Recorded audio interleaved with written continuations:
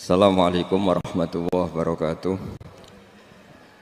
Bismillahirrahmanirrahim. Nahmaduka ya ghafuru ya syakuru. Mashalli wa sallim barik ala sayyidina maulana Muhammadin wa ala alihi wa sahbihi asma'in nama ba'du.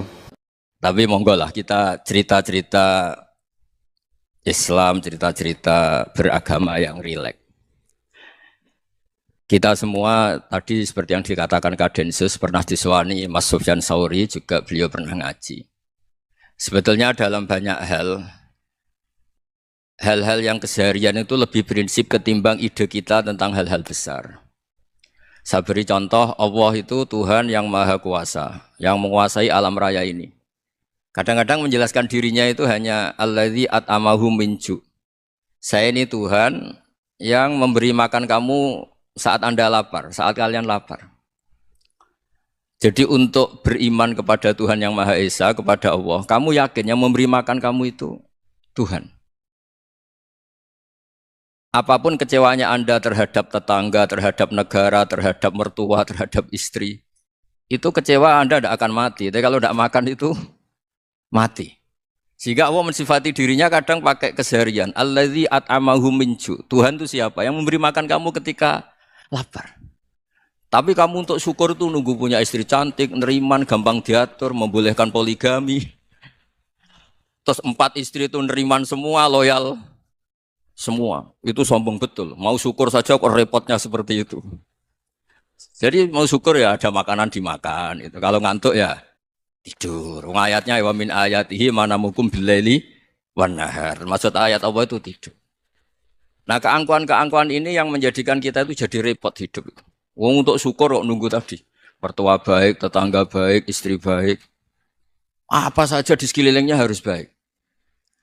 Nah keinginan berlebihan ini menjadikan kita lupa ada hal-hal yang paling kita butuhkan. Yaitu oksigen. Kita boleh nempat di buminya Allah.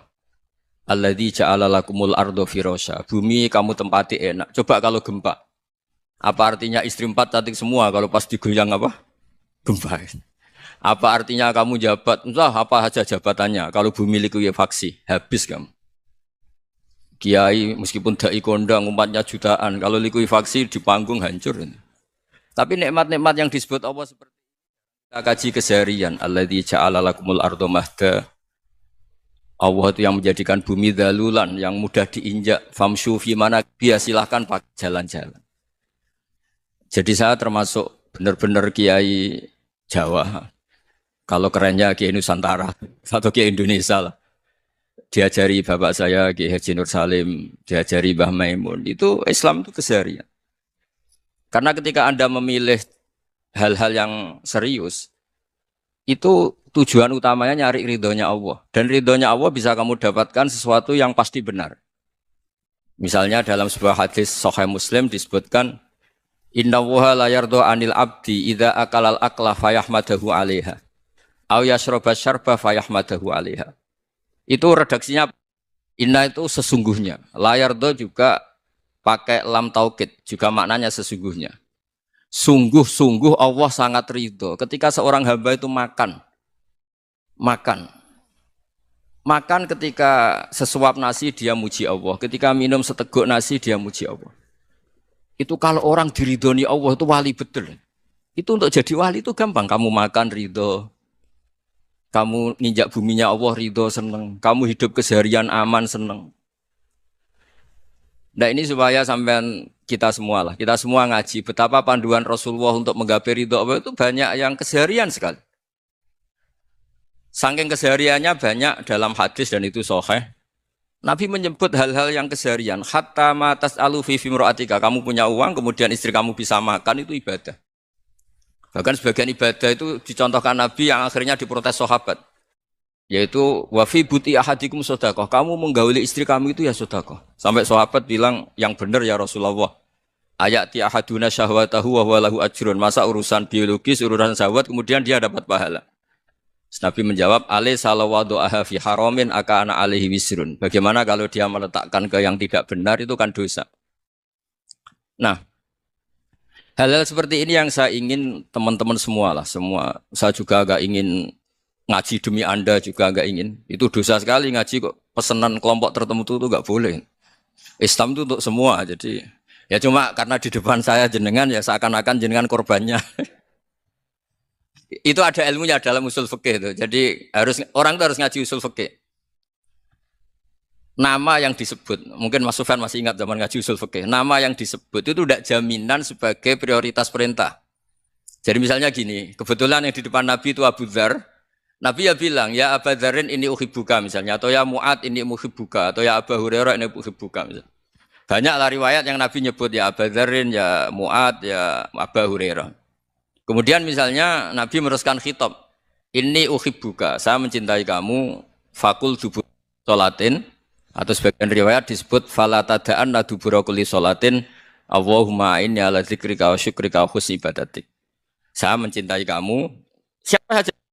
Mu'ad bisa, Budzar bisa siapa. Saya mencintai kamu, mohon kalau habis sholat kamu jangan lupa wiridan Allahumma a'inni ala dzikrika wa syukrika wa husni ibadatik. Ya Allah, tolong kami permudah supaya mudah ingat engkau. Anda tidak bisa mentang-mentang, wong nama saya Parmin, nama saya Purnomo, itu yang diperintahkan Mu'ad misalnya. Jadi yang disebut satu, tapi khitab itu untuk siapa saja. Saya teruskan ya. Jadi saya mohon semua kita melakukan kebaikan itu kalau dalam kaidah fikih disebut al yakin la yuzalu bisyak. Banyak kebaikan yang kebenarannya itu 100%. Tidak punya efek samping ke pihak lain, ke kelompok lain, ke komunitas lain.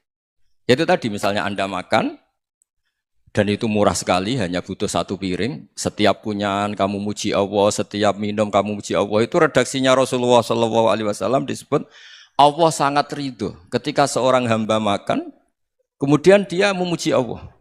Atau minum, kemudian dia muji Allah. Logikanya gampang, negara seperti ini yang kamu harapkan bentuknya kayak apa, mertua, ipar, komunitas, tetangga. Itu nyata terjadi itu kan belum pasti. Sementara yang mesti terjadi adalah kamu butuh makan, kalau tidak mati. Butuh minum, kalau tidak mati. Butuh bumi yang nyaman ditempati, kalau tidak kita juga mati. Sebab itu Allah kalau menyebut nikmatnya itu hal-hal yang keseharian. Alladzi at'amahum min ju'. Allah itu siapa? Allah itu yang menciptakan kamu bisa makan. Tidak berlebihan, Allah itu yang menciptakan kondisi sosial itu ideal. Zaman Nabi itu ya ada orang munafik. Orang-orang pilihan Allah itu juga diuji orang sekelilingnya yang macam-macam. Semua diuji sesuai konteks zaman dan waktu. Nah, tapi ada ibadah-ibadah yang selalu disarankan Nabi. Sampai Nabi itu pernah ditanya, Ayul Islam ya khairun ya Rasulullah, Islam terbaik itu gimana? Jawaban Nabi itu unik. It'amu to'am. Islam terbaik itu ya makan-makan, santai-santai.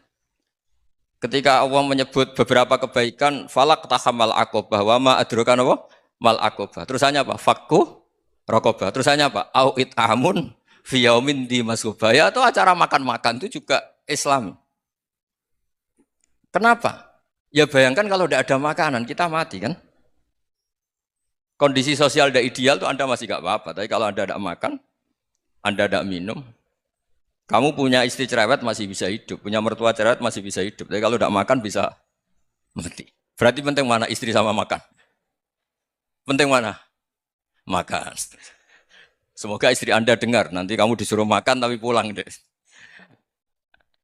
Itu kalau dibahasakan makan masih memahami. Penting mana nasi satu piring dengan istri.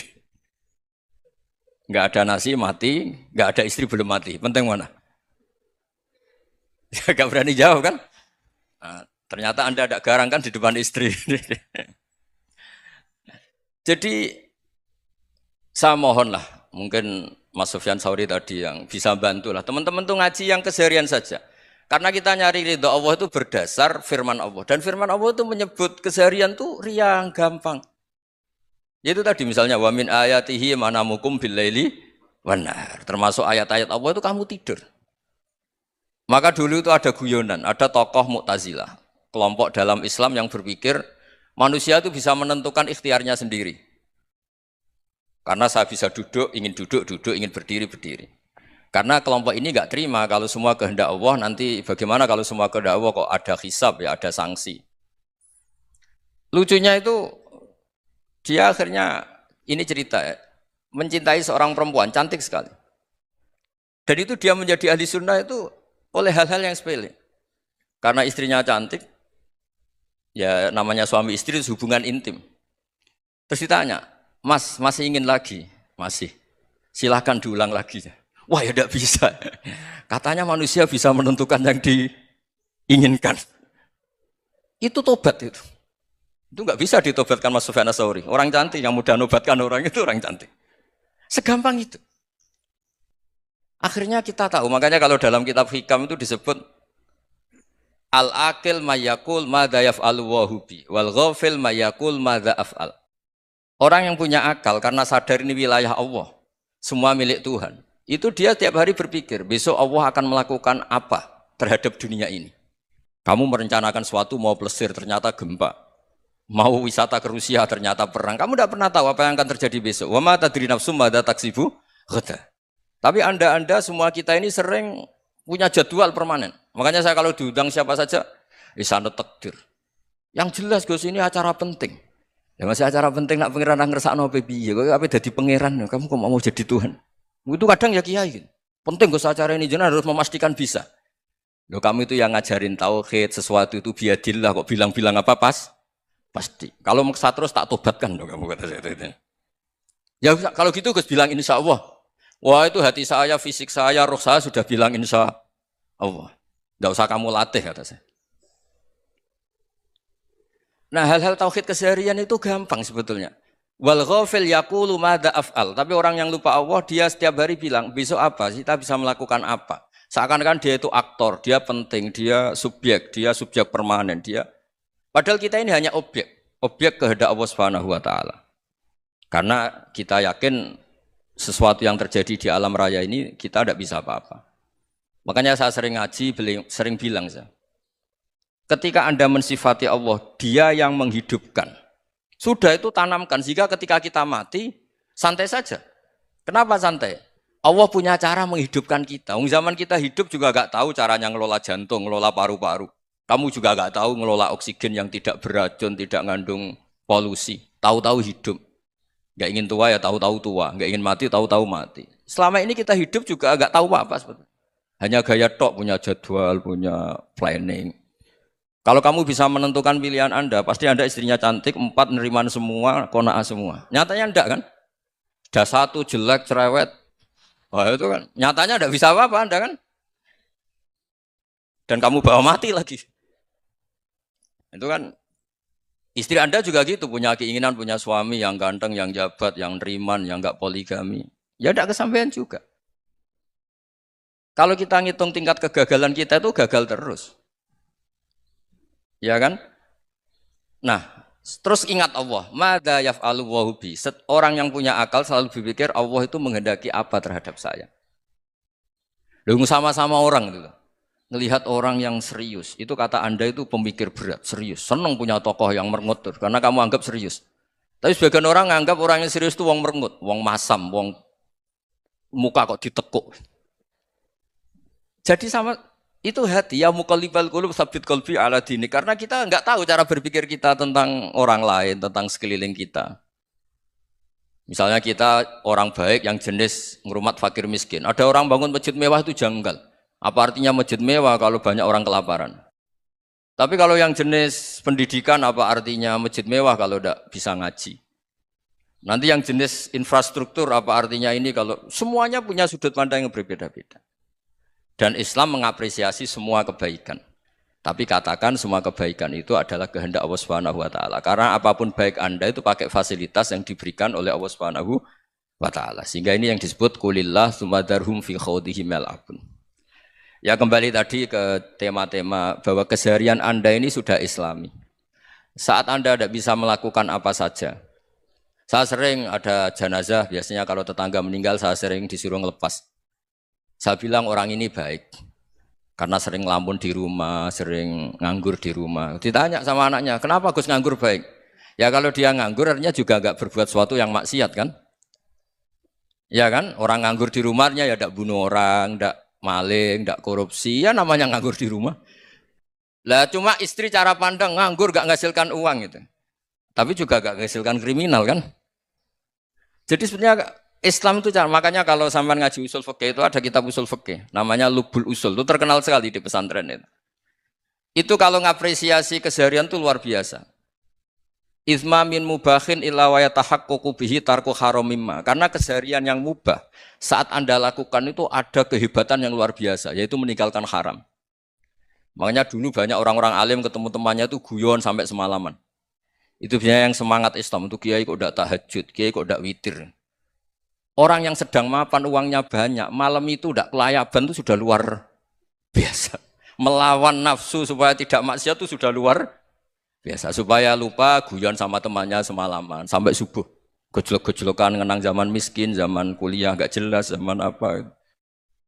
Melihatnya jangan tarkut tahajud. Seperti ini meninggalkan tahajud, tapi meninggalnya ini talkul muharramat. Jadi kayak apa hebatnya? Sehingga Imam Ghazali punya riwayat yang agak unik. Hatta takuna ibadatu akhiri hadil ummah iku an-naum. Sehingga suatu saat ibadah terbaik umat ini itu tidur. Itu kan riwayat kontroversi. Ketika Imam Ghazali ditanya, kenapa iya? Kenapa kamu mulai keluar dari rumah itu sudah banyak maksiat? Melihat perempuan yang enggak mahram, melihat fenomena. Tapi kalau kamu tidur itu enggak melihat apa-apa. Tapi juga kamu jangan nganggap tidur itu ibadah betul. Saatnya melakukan fardu ain malah masih tidur. Tapi itu sudut pandang yang menjadikan kita Islam itu gampang. Jadi saat Anda tidak bisa aktivitas apa-apa, misalnya ada beberapa orang yang lumpuh. Lumpuh itu memang nggak bisa Jumatan, nggak bisa ibadah, tapi dia juga nggak bisa maksiat. Tidur itu memang Anda saat itu tidak bisa tahajud, tidak bisa witir, tapi saat itu ada zina, tidak maling, tidak gosipkan orang, tidak bully orang, tidak menanamkan kebencian, tidak hasud. Sehingga tidur menurut Allah Ta'ala wa min ayatihi manamukum billaili apa? Wan-nahar. Karena di tidur itu selain ada unsur istirahat, jaga kestamina, juga ada unsur meninggalkan beberapa keburukan. Nah saya mohon ibadah yang keseharian ini kita jaga. Supaya kita semua baca ayat itu fasih. Fasih itu tertanam di hati. Allah itu siapa? Alladzi at'amahum min ju'i wa amanahum min khauf. Dan Allah kalau cerita di Quran itu anna sababnal ma'a sabba tsumma syaqqaqnal ardha wa syaqqa fa ambatna fiha habba wa inaba wa qadba wa zaituna wa nakhla wa hada'iqa hulba. Kamu tahu saya ini siapa kata Allah? Saya ini adalah Tuhan yang menurunkan air, kemudian ada tanaman banyak. Habba wa inaba wa qadba, ada zaitun, ada tin, kalau orang Jawa mungkin ada tela, ada padi, ada mangga, ada pisang. Sudah. Wa inaba wa zaituna wa nakhla wa hada'iqa hulba, ada perkebunan yang lebat. Tujuannya apa? Mata Allahkum, silahkan kamu pakai, kamu nikmati. Tapi karena kadang kita ini punya ide-ide besar. Tadi untuk syukur saja nunggu punya istri riman, rumah baik, tetangga baik, komunitas baik, semuanya baik baru syukur. Lama-lama nanti ada di surga, syukurnya nunggu surga paling kelas A. Itu sudah ada yang menghuni Rasulullah, kamu nggak boleh di situ. Masa untuk syukur saja? Repotnya Masya Allah. Jadi mohonlah Quran yang kalau Anda hafalkan juz sama itu kan ada ayat-ayat yang kayak tadi. Ya, fal yang dzuril insanu ila ta'ami. Coba lihat apa yang kamu makan ya, dari mana? Dan untuk mempertahankan hidup kamu keseharian. Jadi jangan kira ibadah itu harus membentuk komunitas yang versi Anda. Ibadah itu harus yang hal yang mulu-mulu. Kesehariannya Anda alami. Loh ini saya tidak bikin-bikin. Saya ngaji bukan karena berdasar pesanan.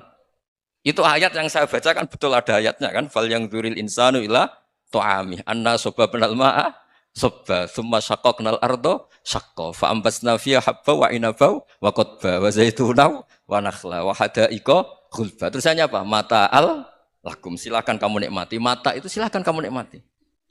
Ya kayak sampean dikasih hidangan ya makan.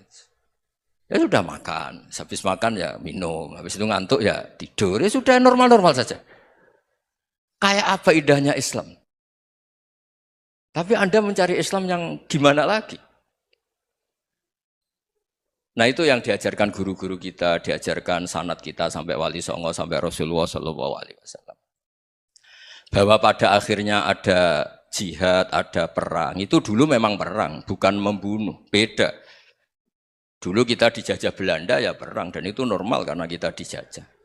Jadi ketika orang lain ingin baik sama kita, wa in ahadum minal musyrikin astajaroka ya fa'ajirhu hatta yasma'a kalam Allah. Kalau mereka ingin baik ya kita baik.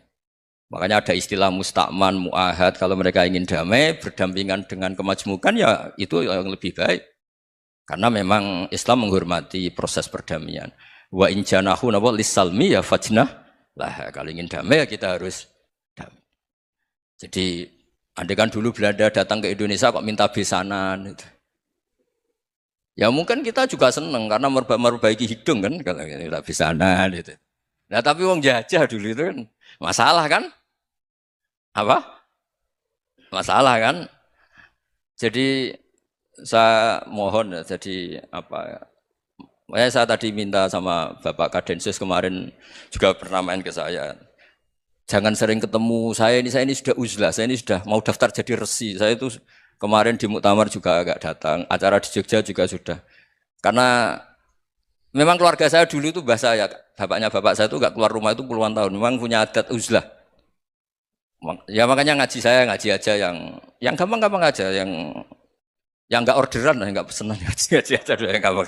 Saya ikhlas, yakin betul saya ikhlas. Ikhlas itu menurut saya itu roh. Orang nggak ikhlas itu menurut saya itu orang aneh. Ikhlas itu gampang, sudah saya bilang. Kalau kamu yakin ilmu itu milik Allah, ngasihkan juga ikhlas itu milik Allah. Apa sih yang kamu punyai sehingga kamu tidak ikhlas? Uang milik Allah, energi kita milik Allah, bumi milik Allah. Kemudian kamu merasa memiliki. Merasa memiliki itu kalau dalam ilmu tasawuf sudah kesalahan kan. Bagaimana Anda punya? Coba tahu-tahu tanah itu kok milik Anda. Karena saya beli, saya beli dari orang, dari Zaid. Padahal yang asli punya itu Allah. Apa benar kamu pernah beli sama Allah? Zaid ini pemilik nisbi, pemilik yang enggak sebenarnya kan. Ya enggak?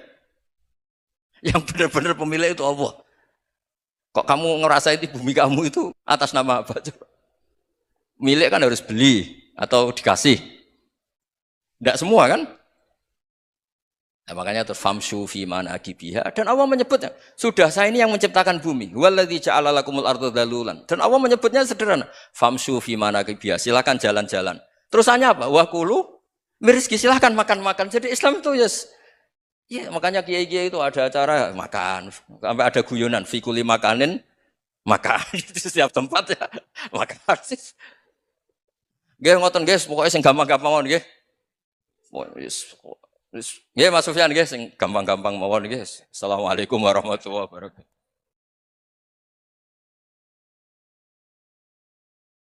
Perasaan saya juga seluruh ulama di dunia. Saya ulang lagi, perasaan saya juga seluruh ulama di dunia. Bahwa Islam masuk itu macam-macam sebabnya. Dulu kita tahu, kita sebagai warga Indonesia, Islam masuk itu ya dibawa orang yang agak kedonyan, ya kayak jenengan lah kira-kira gitu. Ya kayak mbak-mbak ini, ya agak-agak mata duitan itu. Karena kita tahu rata-rata ahli sejarah mengatakan Islam di Indonesia dibawa kiai apa pedagang. Pedagang tuh nyari uang apa nyari dakwah kira-kira. Ya semoga Anda mirip-mirip seperti itu. Ya jadi nyari uang karena ada nurani Islam sehingga tetap saja membawa Islam. Saya tidak tahu Islam Anda ala apa, tidak tahu. Pokoknya mau ngaji ya berarti Islam ala ahli sunnah apa? Wal jamaah. Jadi ini penting saya utarakan bahwa Islam itu agama yang mudah difahami sehingga dibawa pedagang saja ya kasil gitu. Dibawa orang yang kedonyan gak jenengan juga kasil gitu. Dibawa orang baik ya kasil, dibawa orang broken juga kasil. Ini penting saya utarakan karena saya ngaji di mana-mana bilang ciri utama kebenaran absolut adalah kebenaran yang bahkan orang nggak benar saja bisa bawa. Tapi bukan berarti saya dukung Anda tidak benar, kan sudah tidak benar dulu sebelum kenal saya. Tapi nggak apa-apa, nggak benarnya umat Islam insya Allah dimaafkan sama Allah Subhanahu. Ya asal tobat maksudnya. Nggak, ini saya beri satu konstruksi pikiran yang saya sering utarakan di ngaji saya. Sampai sekarang saya coba saat tes ini kan di kampus ya, di apa bacanya ini Kim University yang global leader apa in the world itu. Ini keren lah. Jadi acara ilmiah kita ditakdir di gedung apa? Kampus, gedung universitas di begini. Kalau 1 ditambah 1 2 itu namanya hakikat. Ciri utama hakikat adalah siapapun akan menerima. Saya sekarang tanya sama Anda, kira-kira 1 tambah 1 2 itu musuh Anda pun mengatakan 2 apa tidak? Ya. Pekerja Korea ya bilang 2, Rektor Al-Azhar juga bilang 2. Kamu yang sekarang sedang mungkin sebagian broken sama istri juga bilang 2. Istri kamu yang mangkal sama kamu juga bilang dua. Yang cemburu ya bilang dua, yang dicemburuin juga bilang dua. Karena begitu mudah kebenaran absolut diterima oleh siapa saja. Begitu juga eksistensi Allah sebagai Tuhan. Itu mudah diterima oleh siapa saja. Sehingga pembawanya tidak perlu seorang kiai atau gus atau mubalek atau ketua muin, tidak. Cukup karyawan pekerja Korea. Karena kebenaran absolut itu kebenaran yang mutlak. Siapa saja yang waras pasti ngakui. Kira-kira orang yang berpikir sehat pasti berpikir begini, ini yang diajarkan Quran. Bumi ini kadung wujud. Sudah wujud kadung wujud, punya eksistensi. Mungkin enggak sesuatu yang wujud kemudian disebabkan oleh sesuatu yang nihilisme, yang tidak ada. Mungkin enggak? Enggak mungkin. Yang namanya penyebab itu harus sesuatu yang wujud. Di mana-mana penyebab itu harus punya eksistensi. Karena langit dan bumi ini kadung wujud, pasti penyebabnya adalah wujud. Karena wujud penyebab harus bersifat super. Lah bersifat super ini oleh ulama dikatakan wajibil wujud. Itu akal siapa saja akan nerima. Cuma kemudian setelah nerima itu orang macam-macam cara berpikir. Mungkin orang Jawa dulu bilang itu Sahyang Widi. Kalau orang sini mungkin bilang apa itu? Dewa atau apa ya? Enggak tahu saya itu. Karena itu yang teman sampean, enggak teman saya itu. Tapi yang jelas begini, ini konstruksi ini harus kita jaga. Nanti saya bacakan teks hadisnya. Kebenaran sejati ciri utamanya adalah ada absolutisme, ada kebenaran mutlak. Ciri utama kebenaran mutlak adalah diakui bahkan oleh siapa saja, termasuk oleh orang fasik. Orang fasik itu orang nggak benar. Misalnya ada imam masjid besar Istiqlal, ditanya 1 tambah 1 bilang apa? 2. Nanti kira-kira yang lonte juga bilang apa? 2. KPK juga bilang koruptornya yang ditangkap 2. Nah, eksistensi Allah sebagai Tuhan ini kebenaran yang absolut. Maka agama ini juga boleh diterima oleh siapa saja, termasuk oleh orang fasik, orang nggak jelas. Ini penting saya utarakan karena sekarang marak kelompok yang mengatakan orang Islam kalau zina menjadi tidak muslim, orang Islam kalau korupsi menjadi tidak muslim. Salah sedikit tahlilan jadi kafir, percaya wasilah jadi itu tidak benar seperti itu. Karena kebenaran eksistensi itu kebenaran yang nggak bisa diganggu gugat. Seperti Anda ini kan warga Indonesia. KPK ya warga Indonesia, koruptornya juga warga. Apa setelah dia korupsi lalu tidak warga Indonesia? Tetap warga. Orang yang meyakini kalimat tauhid setelah dia salah, apa terus tidak tauhid? Kan tetap ya? Maka dia tetap Ini penting saya utarakan. Kalau seorang warga Indonesia yang koruptor, yang macam-macam saja tetap warga Indonesia, padahal banyak kesalahan. Karena status warga Indonesia adalah status yang permanen. Begitu juga status muslim adalah permanen bagi siapa saja yang melafadzkan la ilaha illallah Muhammadur Rasulullah. Kita tidak bisa mengkafir-kafir mereka. Itu juga yang sering dipesankan dan jadi ciri khas ulama ahli sunnah wal jamaah, tidak mengkafirkan orang Islam meskipun melakukan dosa besar. Soal dia salah nanti masuk neraka ya silakan saja, saya ada ikut, paham ya? Sampai bisa mencoba. Tapi tetap saja dia muslim. Analoginya tadi. Analoginya gampang sekali tadi. Orang Indonesia yang salah itu tidak akan merubah statusnya sebagai warga Indonesia. Karena ya memang dia berstatus warga Indonesia. Orang Islam yang sudah melafadzkan syahadat maka menjadi muslim. Saya di mana-mana berkampanye, berfatwa. Orang kafir yang 70 tahun kafir, sekali melafadzkan kalimat tauhid, itu menjadi muslim apa tetap kafir? Muslim. Masa kita yang Islam terus, yang kalimat tahlil la ilaha illallah, kemudian menjadi kafir karena kalimat itu? Itu faham aneh apa aneh? Wong yang kafir saja menjadi muslim karena kalimat tauhid, yang Islam menjadi kafir juga karena kalimat. Ini ngajak apa-apaan? Ya ngajak goblok-goblokan, kira-kira kan gitu. Ini penting saya utarakan karena ini penting. Nah, setelah kamu yakin tauhid, ciri utama tauhid itu apa? Menstatuskan sesuatu sebagaimana hakikatnya. Misalnya bumi Korea, ini statusnya tetap buminya apa? Maka dari awal saya husnudzon sekali sama Allah Subhanahu wa taala bahwa suatu saat di bumi mana saja itu ada tahlil. Enggak ngira kan ada ateis di sini, bumi ateis kemudian ada tahlil, ada sakduna, ada macam-macam. Karena kita ketika sholat, makanya saya tadi janji akan memaknai kalimat-kalimat yang sering Anda baca ketika sholat.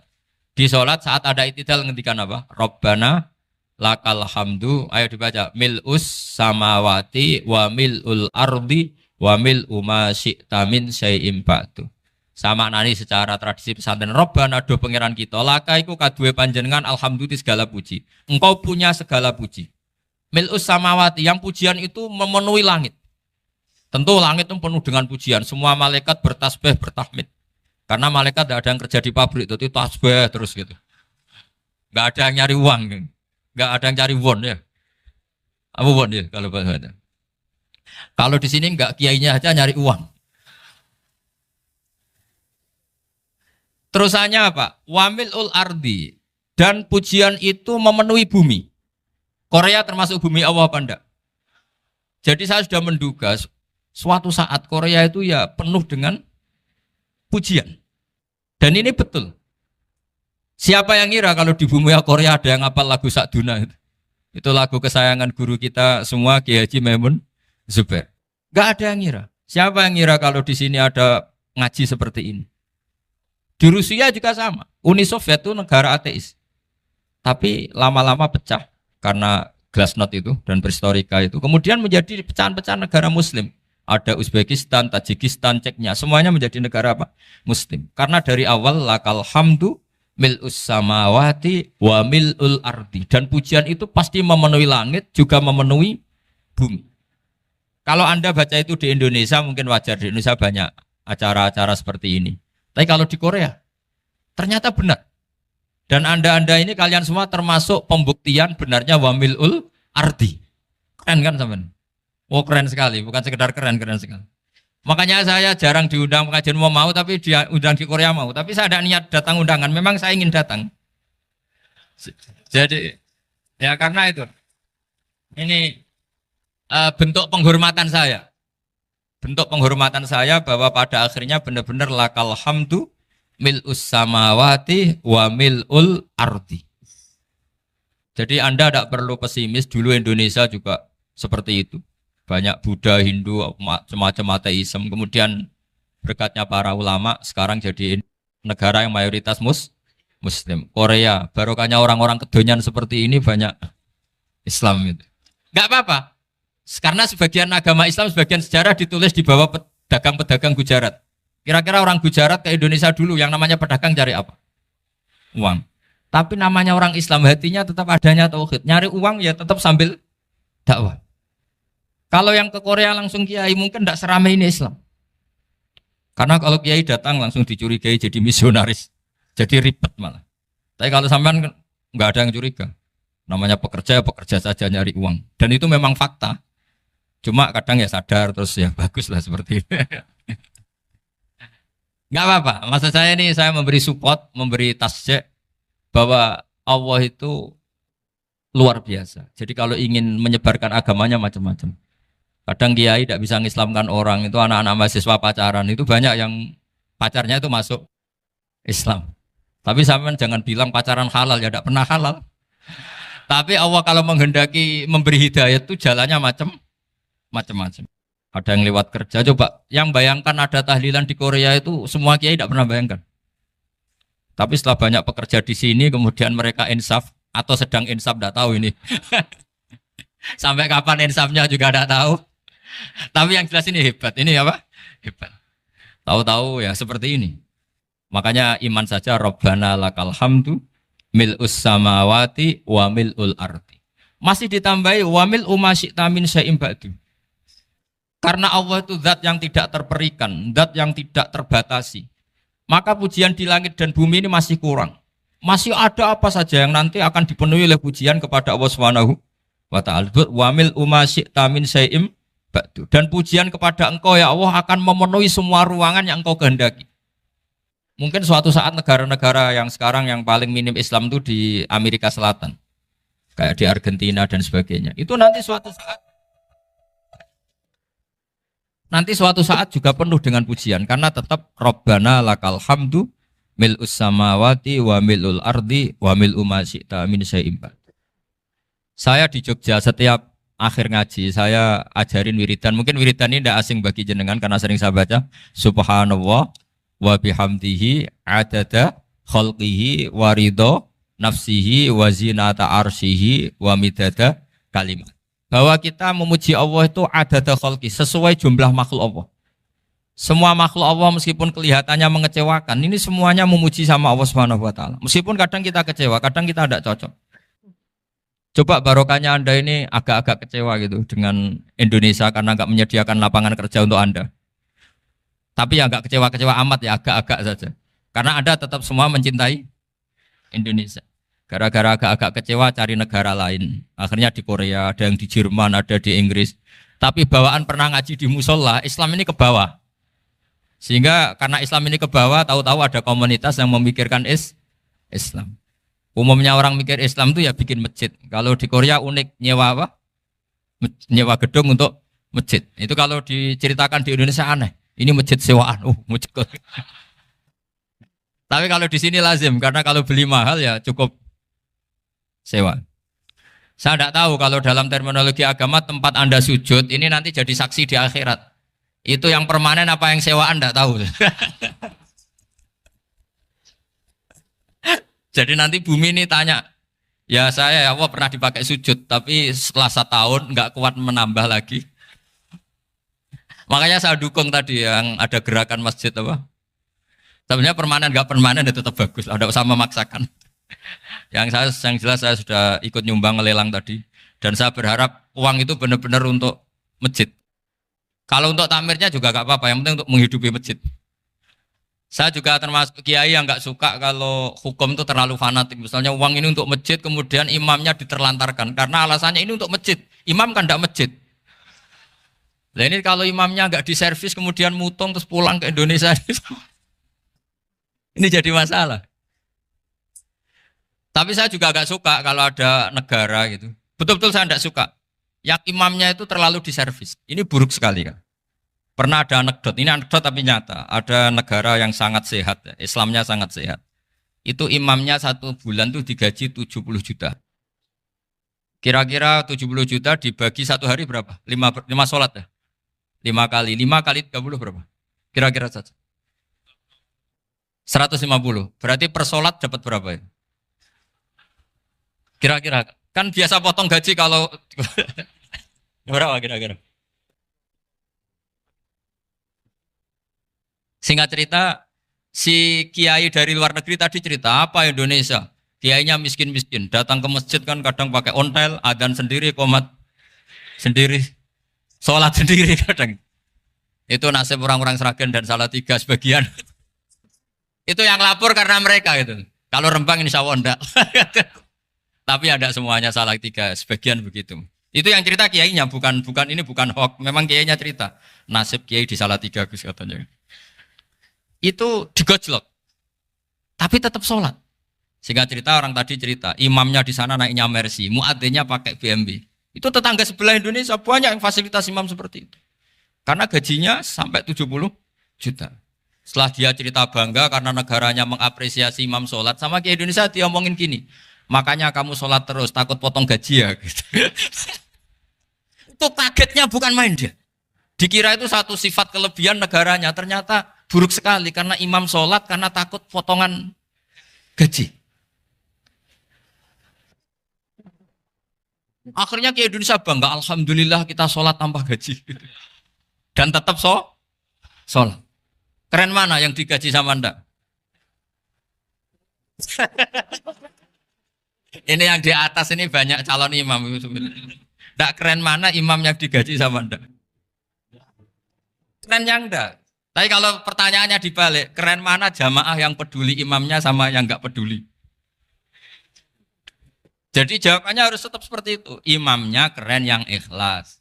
Tapi jamaahnya keren yang peduli imamnya. Jelas ini ya fatwa saya ya. Gimana? Imamnya baik yang ikhlas. Tapi jamaahnya baik yang peduli nasibnya. Tapi sekali imam dari awal enggak ikhlas itu harus di PHK. Itu bahaya bagi agama kalau awalnya sudah ada ikhlas. Karena nanti setelah habis subuh terus dihitung. Wong setahu saya sholat terus kok kenapa gajinya tinggal segini? Ya, setahu saya sholat terus kok gajinya tinggal segini. Terus nanti takmirnya bilang, kemarin duhur Pak Yai tidak ngimamin. Kemarin asar tidak ngimamin. Terus dihitung. Bisa enggak agama akan berjalan seperti itu? Enggak kan? Ya makanya pertanyaannya tadi, suka atau punya imam ikhlas? Suka. Tapi imamnya juga suka kalau jamaahnya peduli. Ini penting. Jadi saya mensupport Anda, mensupport kalian semua bahwa agama ini akan diurus oleh Allah Subhanahu wa taala. Makanya Sayyidina Umar radhiyallahu anhu kalau disuruh mikir agama itu tidak mau. Enggak mau betul. Ketika Umar jadi khalifah itu puncak keemasan masa Islam. Semuanya stabil, semuanya hebat. Sampai Irak, Iran zaman itu Persia masih. Semuanya Mesir. Itu semuanya ikut Islam. Ketika Islam pada puncaknya, yang dikhawatirkan oleh masyarakat adalah begini. Lalu setelah Umar itu bagaimana? Islam setelah dipimpin orang yang tangguh, yang kuat, yang waroi, yang zuhud. Lalu setelah Umar itu gimana? Tapi Umar disuruh mikir gak mau. Sampai setiap Abdullah bin Umar jalan-jalan di kampung-kampung itu abahnya dianggap pecundang. Tahu sampean pecundang? Orang yang gak tanggung jawab. Karena orang-orang bilang gini, ya Abdullah bin Umar, bagaimana pendapat Anda kalau ada penggembala kambing di tengah hutan atau di tengah padang rumput, kemudian dia ninggal gelanggang kambingnya. Kamu anggap penggembala ini gimana? Oh itu penggembala yang dolim itu. Pasti kalau kambing ditinggal ya kacau. Apalagi ini ummatu Rasulullah Shallallahu Alaihi Wasallam. Ini abah kamu tidak pernah wasiat, tidak pernah ngatur suksesi. Lalu Islam setelah dia bagaimana? Suruh dia ngomong penggantinya siapa? Karena beliau sudah sepuh harus ada suksesi. Akhirnya Abdullah bin Umar lapor ke Umar. Ini gimana bah orang mengkomplain begini, begini, begini. Apa kata Umar? Agama itu beda dengan kambing katanya. Agama itu milik Allah Subhanahu. Mbok saya pikir, tidak saya pikir tetap jalan. Nah ini terbukti. Jangan ulama ya ndak, mufti ya ndak, tapi bisa menjalankan agama. Kalau agama sampean pikir malah rusak. Sudah pokoknya lakukan saja, tidak usah dipikir. Akhirnya betul. Karena agama ini milik Allah. Soal kita serius memikirkannya itu karena khidmah. Karena kita ingin berbakti pada agama. Tapi Anda tidak boleh berpikir kalau agama ini butuh pemikiran Anda. Beda loh ya. Kita khidmah agama serius karena kita ingin mengkhidmai agama. Tapi agama ini tidak pernah butuh kita. Karena agama ini akan diurus oleh Allah Subhanahu. Coba pas sampean kecil, orang jilbaban di Indonesia itu banyak apa banyak sekarang? Banyak sekarang. Kiainya mutu orang dulu apa mutu orang sekarang? Tapi perkembangan Islam itu ramai sekarang apa ramai dulu? Ramai sekarang. Islam menyebar di seluruh dunia itu zaman Wali Songo, zaman sampean keren mana? Keren sekarang. Kualitas solehnya sampean sama Wali Songo? Wali Songo. Ini betul.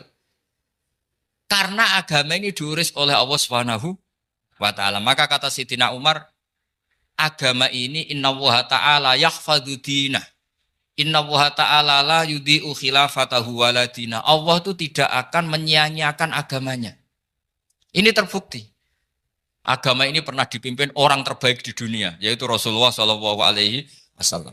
Ketika beliau intakola ila rofiqil ala, ketika beliau pindah ke alam sana, diteruskan oleh sahabat yang tentu jauh di bawah Rasulullah.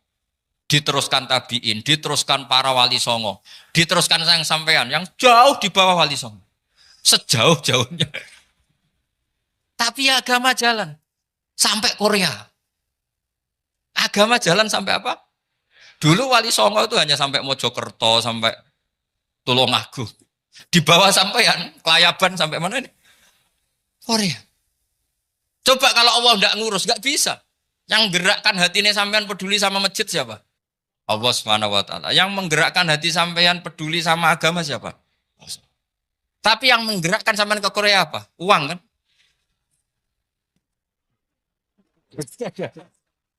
Enggak, enggak apa-apa, jujur saja, jujur ya, santai aja. Ini bagian dari keramatnya jenengan. Niatnya agak bener tapi dibenerin Allah di sini. Dari awal niatnya kan uang, uang, uang gitu. Tapi setelah di Korea dibenerin Allah. Mbok ingat agama gitu. Keren kan? Makanya yang syukur sama Allah Subhanahu wa taala. Yang bisa hanya Allah taala. Makanya dalam dunia kiai selalu baca apa? Alhamdulillah alladzi hadana li hadza wa ma kunna linahtadiya laula an hadana Allah. Alhamdulillah kita diberi hidayat seperti ini. Kalau tidak Allah tidak bisa. Sudah mata duitan, kadang istri ngomel, mertua tidak percaya. Sudah setengah-setengah broken gini di saya tahu sampean ke Korea itu karena broken pas saking sayangnya keluarga. Potensinya hanya dua. Dibela-belain kerja demi keluarga atau agak broken maka ke sini. Tapi apapun potensi itu tetap baik. Itu takdir sudah, itu takdir tidak usah dibicarakan. Semua itu apa? Karena orang kalau sedang rukun ya tidak mau tukaran, kalau sedang tukaran ya tidak mau rukun. Itu sudah semuanya takdir. Kata bapak saya dulu kalau ada orang mau jualan tanah, Pak Yai tanah saya mau saya jual. Ini gimana padahal ini tanah warisan. Kata bapak, nak waya adol ya adol. Memang ini saatnya jual ya jual saja. Nanti kalau kaya saatnya beli ya beli saja. Karena kalau sudah saatnya jual mau beli ya nggak mungkin kan. Mau memang saatnya jual. Kalau sudah kaya kan nggak mungkin jual tanah. Saatnya beli. Maka semoga masalah di keluarga sampean ya masalah musiman. Maksudnya yang tukarannya ini musiman, yang rukunnya permanen. Jangan tukarannya permanen, rukunnya musiman. Setelah melihat yang lebih cantik, katut babon, nggak tahu saya nggak tahu. Nah ini semoga katut masjid ini bagian dari kafaroh sampean itu. Jadi kafaroh kesalahan-kesalahan di sampean. Ini penting saya utarakan karena agama itu beda. Agama ini diurus oleh Allah Subhanahu. Jadi kita mengerahkan pemikiran itu bukan karena kita akan menyelamatkan agama ini, tidak. Agama ini diselamatkan oleh Allah Subhanahu wa taala. Coba kayak apa Uni Soviet kuatnya itu. Mengkooptasi supaya orang semuanya ateis, semuanya komunis. Itu 100 tahun Uni Soviet begitu. Tapi orang-orang Uzbek, Ceknya, Tajikistan tetap mengajari anak-anaknya tauhid. Itu ada yang cerita itu sampai mengajarkan tauhid itu di bawah tanah, di basement. Tapi Allah menghendaki Rusia itu Uni Soviet jatuh. Ketika jatuh, negara-negara ini langsung menjadi negara Islam, yaitu Uzbek, Tajikistan, Ceknya. Mungkin nggak mereka langsung menjadi negara Islam, andai kan saat menjadi Uni Soviet benar-benar menjadi ateis. Nggak mungkin kan? Karena saat dikooptasi Uni Soviet, akidah mereka tetap tauhid. Cuma nggak berani muncul. Artinya apa? Uni Soviet nggak bisa menghabisi Islam. Kurang kerennya Uni Soviet zaman itu. Bisa nggak menghabisi Islam? Nggak bisa. Donald Trump dulu termasuk Islamfobia. Tapi setelah dia anti-Islam, malah orang Amerika demo supaya memperhatikan Islam. Nggak bisa. Makanya Korea pun nggak bisa menghabisi Islam. Kalau sampean menghabisi Islam sendiri bisa. Karena terus nggak mau sholat, nggak mau zakat, itu sampean. Tapi sampean toh yang Islamnya habis, Islam tetap baik-baik saja. Makanya ini penting saya utarakan, supaya kamu pede. Bahwa agama ini pernah dibawa orang yang pedagang. Ya soal ada sebagian pendakwah yang ikhlas ya banyak, tapi sejarah yang gampang kita lihat adalah Islam itu dibawa oleh apa? Pedagang Gujarat, pedagang India. Nggak apa-apa, sejarah itu meskipun sebagian menentang nggak apa-apa, tapi sejarah itu tetap ada. Pasti sebagiannya memang seperti itu, dan itu tidak masalah. Saya ulang lagi, itu tidak masalah. Coba dulu pemain bola kalau di Inggris itu kalau mau sholat susahnya bukan main. Apalagi kalau mau puasa. Kalau di sini kerja puasa katanya mati lu kalau apa? Puasa. Kalau mau sholat katanya dicari mana ini berhalanya kok. Kata orang-orang ateis kan gitu, dicarikan patungnya. Kali ini sholat kok gak ada patungnya, ini gimana ini. Ya ngalamin gitu. Tapi Allah Maha Kuasa. Banyak investor mana itu Dubai atau Qatar yang tertarik investasi di dunia bola. Kayak Sulaiman Al-Fahim makanya beli Manchester City. Itu sekarang pelatihnya negara orang sholat gak berani. Bahkan di tengah stadion dibangunkan masjid. Kalau sampai daftar jadi muadzin bisa. Apa nyanyi Sakduna di sana juga bisa. Dulu Aljazair bencinya bukan main. Apa Perancis sama orang Islam itu bencinya bukan main. Barokahnya Zidane pemain bola. Dan juara dunia. Terus Zidane turunan Aljazair. Akhirnya orang Perancis itu mencintai Islam. Itu barokahnya sepak bola. Allah punya sekian cara untuk mengenalkan Islam. Di Prancis dikenalkan lewat pemain sepak bola. Nah di Korea ini yang agak unik dikenalkan lewat pecinta wow. Saya jamin ini tidak apa-apa, sudah tidak apa-apa, sudah aman, pokoknya aman. Jamin aman. Pokoknya alhamdulillahilladzi hadana lihada wa ma kunna linahtadiya laula an hadana. Karena agama ini dibawa oleh Allah Subhanahu wa taala, yang menjaga juga Allah Subhanahu wa taala. Sama tidak usah khawatir. Kalau ada kelompok tertentu yang mengkhawatirkan Islam, sekarang Islam bahaya gini-gini, itu kurang rojak, itu kurang optimis itu. Harapannya sama Allah tipis, harus ngaji lagi.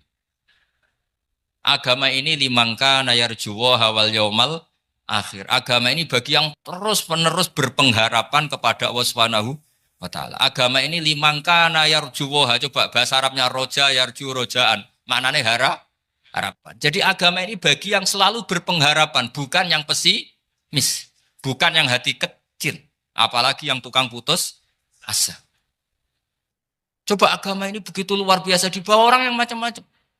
Di Perancis dibawa oleh pemain apa? Bola. Ada masjid di Inggris itu ya dibawa mahasiswa-mahasiswa itu yang dulu sebagian yang nggak pernah ngaji, setelah di Inggris bikin komunitas pengajian. Di Korea dibawa di pecinta apa? Tapi lama-lama cinta Tuhan. Karena ya memang sebenarnya sudah cinta Tuhan. Cuma ya cara cinta ini nunggu punya uang Ya sudah, alhamdulillah seperti ini sudah luar biasa sudah. Insya Allah diterima oleh Allah Subhanahu wa taala. Saya selalu berharap semoga ini tetap satu bukti bahwa Allah itu harus kita sembah di mana-mana. Karena tadi Allah akan selalu Rabbana lakal hamdu mil'us samawati wa mil'ul ardi wa mil'u ma syi'ta min syai'in ba'du. Bahwa pujian kepada Allah akan selalu memenuhi langit dan memenuhi bumi. Bumi Korea termasuk buminya Allah. Makanya pegangan yang saya minta sama pengurus untuk di-share adalah Dawi Rasulullah Shallallahu Alaihi Wasallam. Mungkin nanti panitia harus menge-share itu. Ini Musnad Ahmad, riwayat dari Imam Ahmad. Al-Bilad bila dua. Sudah punya? Nanti di-share ya yang gitu. Al-Biladu bila dua. Bahwa negara hakikatnya adalah negara Allah. Wal ibad ibadullah. Semua hamba hakikatnya adalah hamba. Di hadis itu fahaitsuma asabta khairan fa'akim. Kapan saja kamu menemukan kebaikan di tempat Anda berdomisili, fa'akim, kamu enggak apa-apa di situ. Kamu di sini dapat uang, dapat masjid, sewa masjid. Enggak tahu sewa apa permanen, pokoknya itu bagus gitu. Buminya dirayu. Bumi meskipun ini enggak permanen, tapi tetap jadi saksi loh ya. Harus ada kompromi ini. Karena kalau dengar orang Indonesia jadi aneh, masjid kok nyewoi. Tapi aneh di Indonesia, ada aneh di sini, sampean tenang saja. Tentu malaikat pencatat di sini juga sudah tahu kalau sebagian masjid itu sewaan. Jadi ya ada eskal-eskal amat lah, sudah. Enggak janggal-janggal amat karena kondisional Jadi saya nanti minta panitia supaya mengeser tadi hadis riwayat siapa? Imam Ahmad bin Hambal yang diriwayatkan oleh salah satu minal asroh al-mubasyarina bil jannah yaitu Zubair bin Awam. Nabi ngendikan al-biladu biladullah. Negara mana saja adalah negara Allah. Wal ibad ibadullah, semua hamba adalah hambanya Allah. Fahaitsuma asabta khairan, di mana saja kamu mendapatkan kebaikan, fa'akim, kamu tidak apa-apa berdomisili di situ. Ya saya mohon ini penting sekali. Pokoknya saya mohon kalimat tauhid ini dijaga. Karena kalimat tauhid ini kata semua ulama kasajaratin thayyibatin asluha tsabitu wa far'uha fis sama. Dan kalimat tauhid ini pasti tu'ti ukulaha kullahinim bi'izni rabbiha. Kalimat tauhid yang dibawa umat Islam seluruh dunia. Meskipun dia orang fasik, orang enggak benar, tetap tu'ti ukulaha kullahinim bi'izni rabbiha. Kalimat ini akan membawa berkah bagi orang yang dihinggapi atau didomisili umat Islam.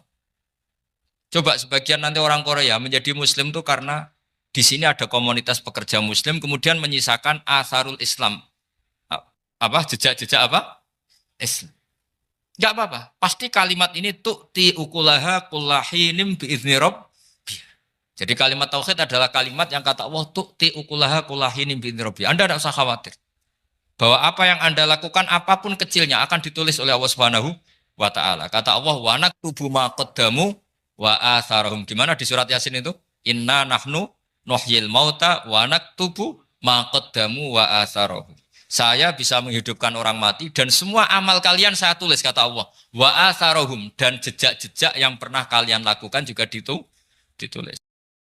Tak terangno kowe nek ora paham kok nek mlebu swarga dadi paham. Dadi iki pilihane ku loro. Dadi nek kowe saiki ra paham kok ning swarga paham. Nek saiki paham kesuk ben mlebu neraka dadi ra paham. Dadi mun ra usah direncana mlebu napa? Neraka wae mlebu dhewe ra usah direncanakno mun. Dados ngeten nggih, dados ahli swarga ya kurang penggawean, pancen salat wis ra wajib, wis ra ono pilpres, gak ono apa dadi kurang penggawean. Ahli swarga niku saking kurang penggaweane iku jagungan. Dadi misale kula Mustofa Ruhin jagungan. Piye enak ning swarga? Ya enak. Zaman ning donya piye? Terus cerita, saya itu punya teman ateis.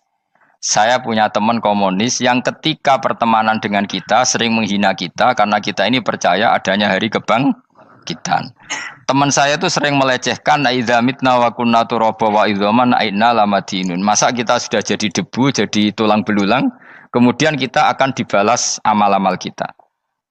Jadi singkat cerita, ini nunjukno nak wong soleh oleh kancanan wong dolim. Ya ini catatan ya, bahwa orang soleh itu zaman ning dunya oleh kancanan wong napa? Dolim. Buktinya yang soleh ini masuk surga.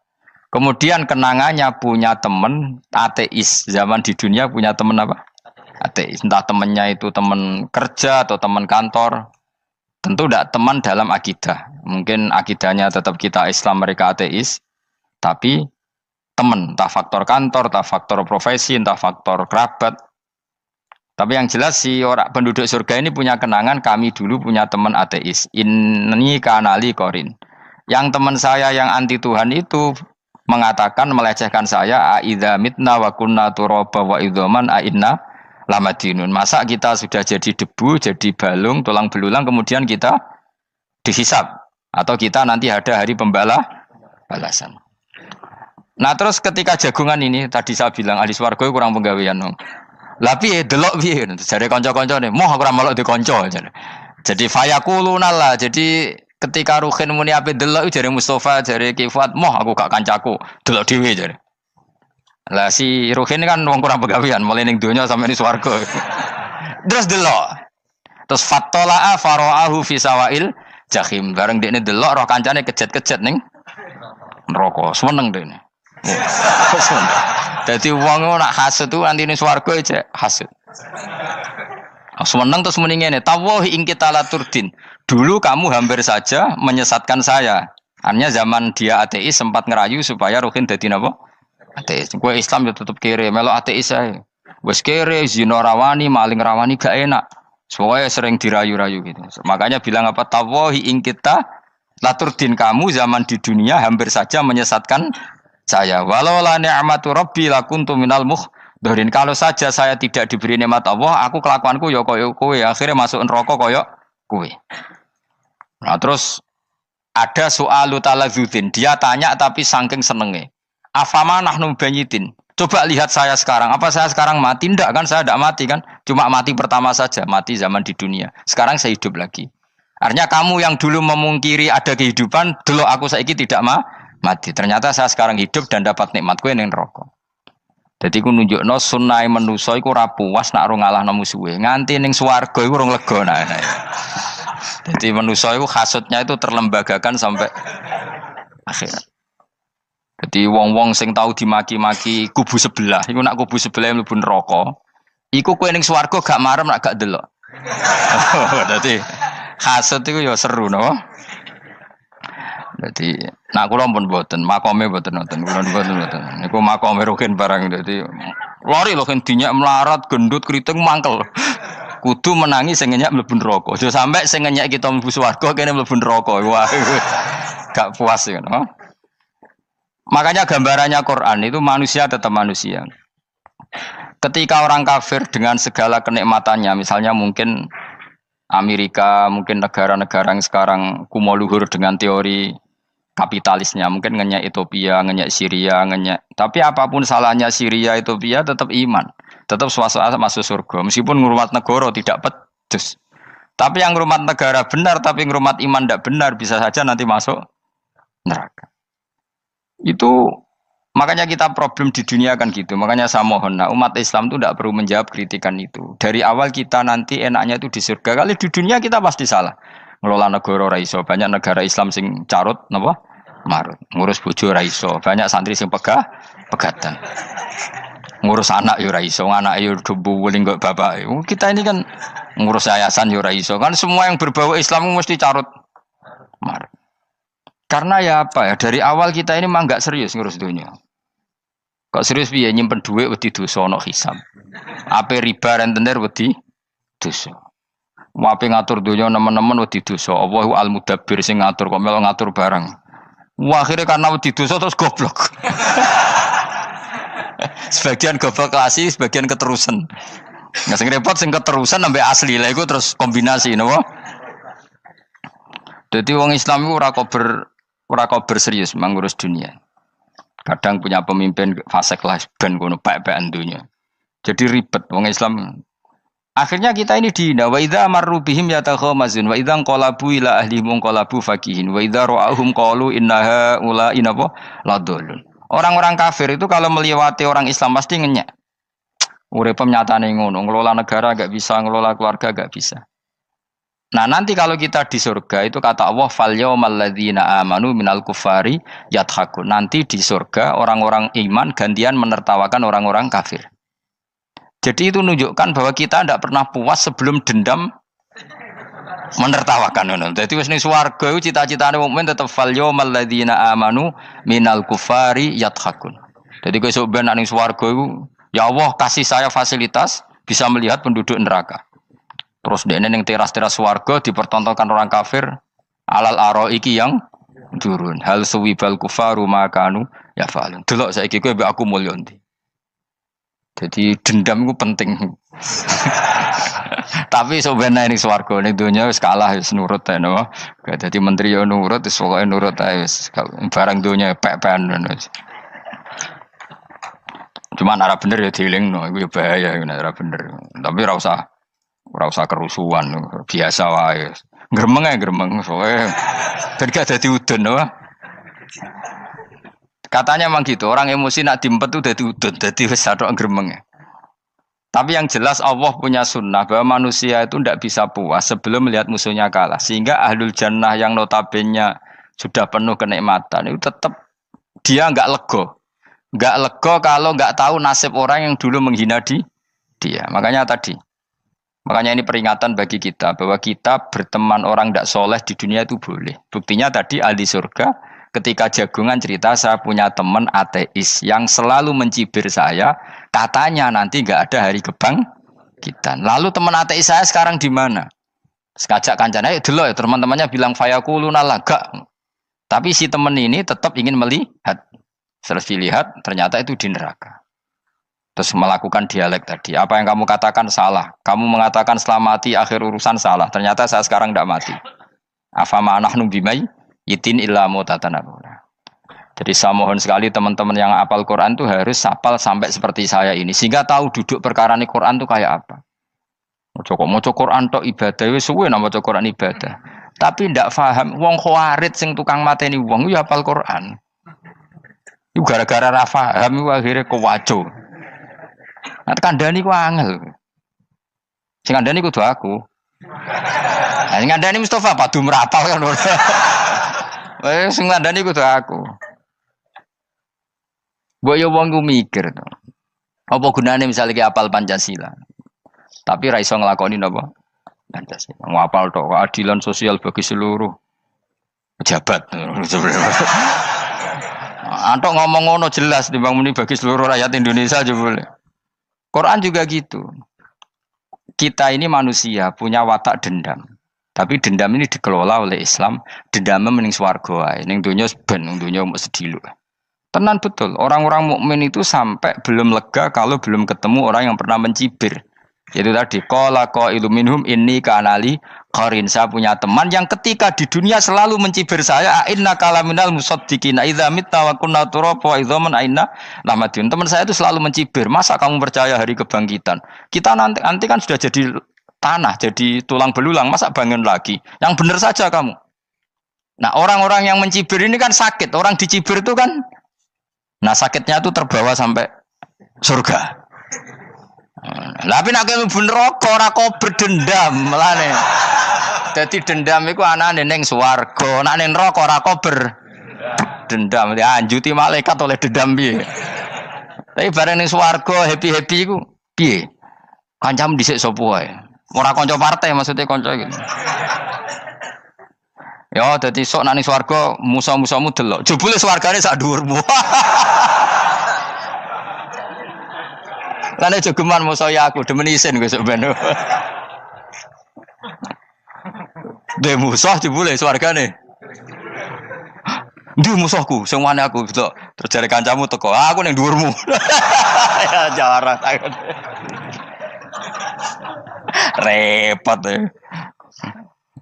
Jadi terus kedua, peringatan dari Quran. Allah itu saking kudrohnya itu senengane gawe fitnah. Fitnah itu sesuatu yang enggak masuk akal. Jadi wong kafir utawa wong Islam piyambak iku kon iman sesuatu yang paradok. Iku kon ngimani ning neraka iku ana wit. Lah neraka iku panase ngono, ana wit. Mulane jare wong kafir Muhammad tambah suwe tambah ra waras. Mergo wong neraka iku makan sajarotus zakum. Mulane wong kafir tambah guyu Muhammad tuh gak waras. Jarene neraka banget panase, tapi di saat yang sama ngomong wit iso tumbuh. Mestinya neraka itu kan enggak ada pohon. Mulane Allah nate ngendikan wa ma ja'alna ru'yallati arainaka illa fitnatal linnas wasyajaratal mal'unata fil Qur'an. Jadi satu orang itu diuji disuruh ngimani Isra Mi'raj. Nabi yang tetap posisinya di Mekah diberitakan oleh Quran bahwa Nabi telah menembus langit Sabtu dalam lahdoh satu malam.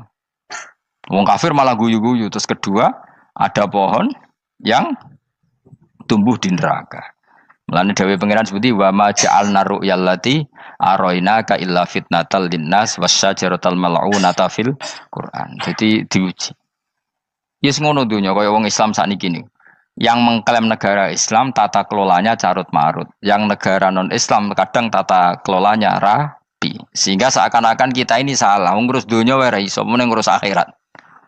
Tapi saya berharap sing dicibir iki sok ben mlebu swarga. Dadi iso dendam. Tapi nek mlebu neraka iku ora kober dendam. Mulane kula mboten gadah rencana mlebu neraka mboten gadah. Kula niku nggih pendendam dadi mangkalku ben kesampaian sampeyan nak teng pundi?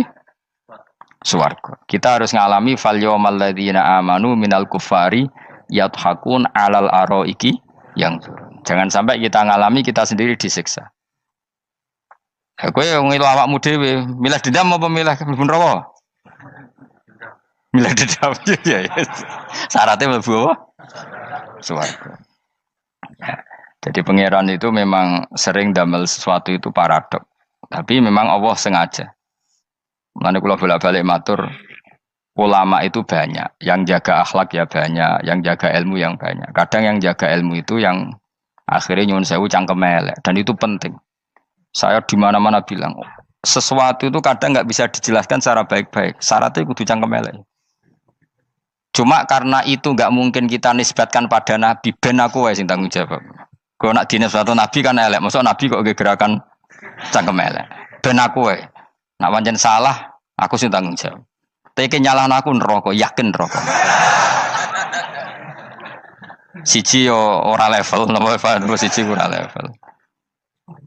Dhisik sahabat itu akhirnya yo nyuwun sewu cara ora sahabat yo cangkem elek. Mergo mangkel. Ada orang munafik saking ora ngajari ngene. Kenapa saya bikin gerakan cangkem elek? Kok janut lho. Kowe asli elek maksudnya cangkemmu wis elek ora kok. Engko nang darane aku harus gebak ora asli cangkemmu wis elek. Wis ngono perkara dunya ora perkara hak. Nah kan perkara hak, cek keren. Wong munafik ku saking mangkelnone ning Kanjeng Nabi, saking kepengin Nabi itu ketok goblok, ketok salah. Iku kadang takok nggawa untane unta ya. Takok ya, "Mat, unta kuwi sing ngawini untane sapa? Kok anake kok ora kembar?" Terus ana sahabatmu sing cangkem elek koyo Ruhin. Tak pajangi aku. Kowe apa? Dadi oleh muni ku nazautu alaiha, nazautu cara aku sing nyelingkuhi. Terus ki apa? Mergo gak trimo nabine dikei pertanyaan sing gak masuk akal. Paham? Begitu juga ketika mereka nyembah berhala Lata Uzza iku sing cangkem elek ya sahabat. Mergo nabi ra pantes. Cangkem elek bicara, aku gak bengi pas sampe nyembah berhalaku. Jebule pas duyoi luwak. Aku mikir, mosok pangeran duwe luwak menengah iki apa-apaan? Dikencingi apa? Luwak. Ada lagi orang Bedui, orang munafik tanya, Muhammad, idda'aita annaka utiyal wahya. Kamu tuh mengklaim kamu dapat wahyu. Sekarang unta saya hilang. Lalu posisi unta saya di mana? Kamu idda'aital ghaib. Kamu mengklaim tahu barang ghaib. Sekarang unta saya di mana? Sahabat akhirnya kecangkemel, tak colong apa-apa pokoknya. Pergamane. Pokoknya butuhnya mangkel lo, bodoh mangkel lo nih. Mergo gak terima nabi ini nggo pertanyaan-pertanyaan yang tidak mendidik, yang menyudutkan. Yang paling parah mau nazautu alaiha. Yo aku sing nyelunggi wae apa-apa. Nah sama misalnya orang kafir bilang orang Swiss lebih bahagia timbang orang Eropa, orang Ethiopia. Orang Eropa lebih bahagia ketimbang orang Syria. Kamu harus bilang, kata siapa? Coba ukur. Kita yang miskin, kita yang tidak menteri, kita yang tidak siapa-siapa. Andai kan ditimang kebahagiaan kita dengan menteri, tidak mesti kalah. Mereka juga punya atasan yang mengganggu kan. Kue jadi buruh majikan ya tersita oleh atasan. Menteri ya tersita oleh atasan. Kebebasannya ya ada yang tersita. Wayai pengen turu harus ngantor. Wayai kepengen mangan harus rapat. Kamu ya tersita pe mangan rakelar. Ya sesuai tersitanya macam-macam kan. Semua itu kita sama kok. Ada yang sesuatu yang kita tidak kesam, mereka juga sama ada sesuatu yang tidak. Ya. Sebenarnya pola hidup itu kan sama. Dan itu kadang-kadang yang jadi aman kadang-kadang mau cangkem elek sing iso jawabnya. Tapi saya ulang lagi itu nggak mungkin kamu nisbatkan kepada Rasulullah karena Rasulullah itu ahsanan nasi khalqum. Tapi ulama ben tetep ngene iki. Sing kaliber lho ya. Sing kira-kira cangkem elek tetep keramat kok kula lah minimal koyo kula. Kulo nu cangkem elek tetep keramat. Kowe sopan tetep keramat, ora ono ilmune kok. Entekno sopan ora ono pengaruh ya. Entekno sopan tetep keramat aku, yakin keramat aku. Baik sopan lah ya. Ora ono ilmune apa-apa, sopan yo keliru, cangkem elek yo keliru, urip yo keliru, mati yo keliru, pokoke kadung keliru. Ono ulama diomongi, Pak Yai, kalau neraka itu, kalau setan dari api, kemudian setan disiksa api kan sejenis, susahnya apa? Kiai ini mangkel terus ngambil segenggam tanah di sawur ora ini. Loro yai, jari ke kota tanah, kena tanah kok loro. Enggak bisa seperti ini diberi penjelasan baik-baik kan. Setan itu kok geni Pak Yai, jari disiksa di neraka kan enggak apa-apa sama-sama api. Kiai ini ngambil tanah sawur ora ini. Barang mau sakit Kiai, jari kota tanah kena tanah kok sakit. Hanya jangan katakan kalau setan dari api kena api enggak sakit. Coba kamu kasih penjelasan baik-baik. Ngapunten nggih, umpami jenengan nggih. Ngapunten lho niki. Ngapunten lho nggih, umpami jenengan nggih. Ngapunten lho. Kesuwen. Umpami jenengan kena tanah sepundi iki mboten napa-napa, kena tanah kula biasa. Kan kesuwen. Dene mbok sawuri raine. Terus keliliben. Padahal materi manusia dari tanah, ternyata kena tanah. Sakit. Makanya dendam itu penting, tapi tadi loh ya, bukan dalam konteks dunia, ning swarga. Allah iku wis gawe manusa iku duwe dengan tanda kutip dendam tadi. Dekne tetap gak terima. Orang yang dulu menghina saya iman, kemudian orang itu di surga gak terima, makanya diberi hak untuk melihat bahwa temannya masuk neraka. Melane fattala'a fara'ahu fi sawail jahim. Kemudian temannya dilihat, kemudian temannya di neraka. Dan belum berhenti dendamnya di sini. Dia ini ngomel-ngomel, tawahi ingkit talaturdin. Kamu kan yang hampir saja menyesatkan saya. Jadi wong swarga nek ora ngomel ya ora lega. Ayo milih swarga apa milih dendam? Dendam. Jadi mulane ngaji ben kero, dadi ben lega apa?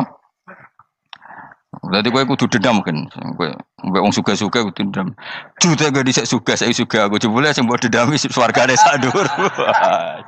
Pancet wong suga menangan.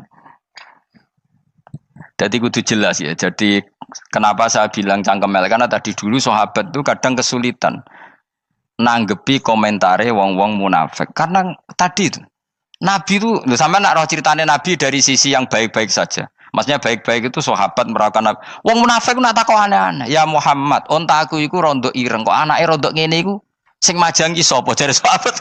Aku apa? Wong urusan onta kok ditakokno ora. Dadi niate nglecehno nabi, nabi takoki urusan.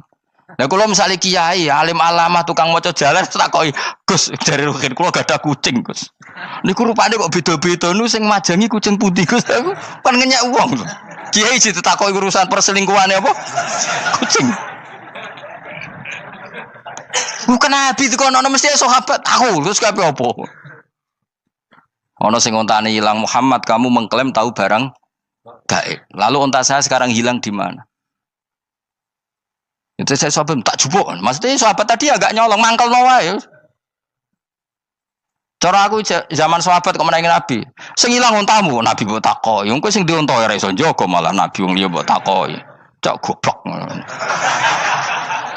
Enggak mungkin seperti ini kita baik-baik saja. Jajal misalnya ke sopan, ngapunten nggih, Nabi sukani hak mikir ya.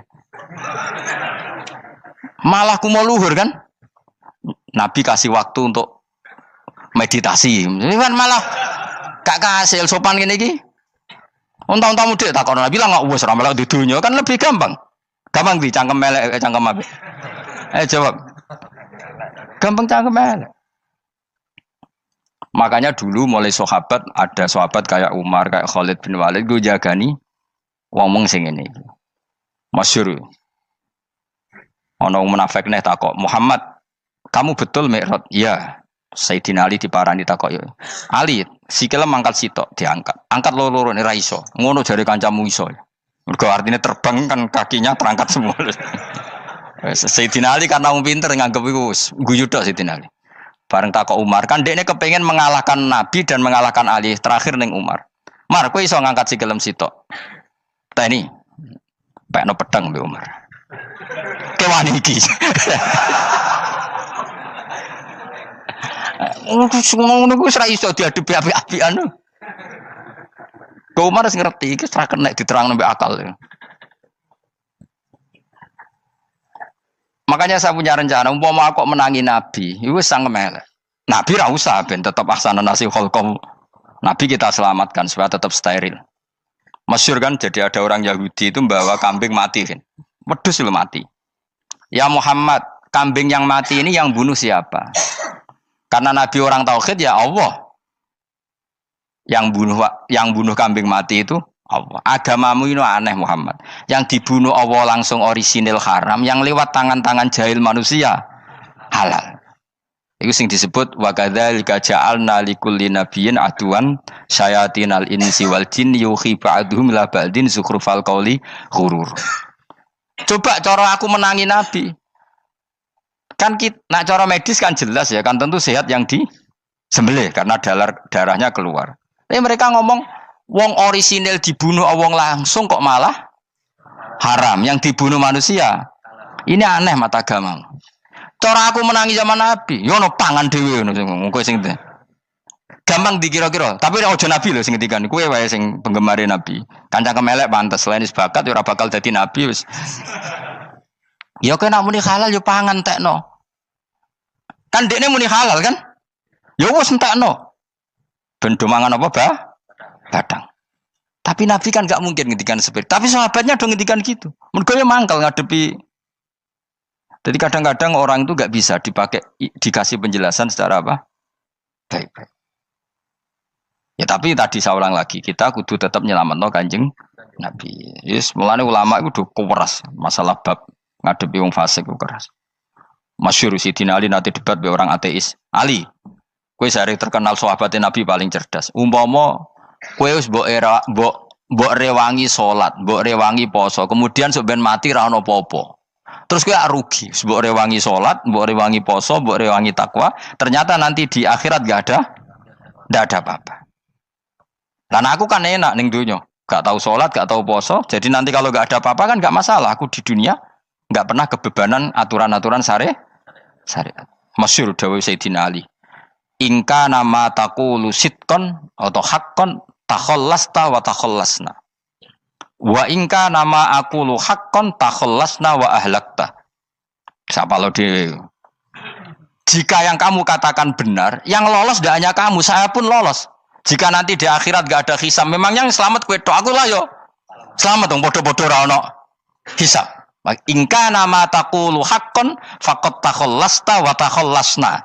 Jika yang kamu katakan benar, enggak ada hisab, maka kamu selamat, saya pun selamat rumangsamu.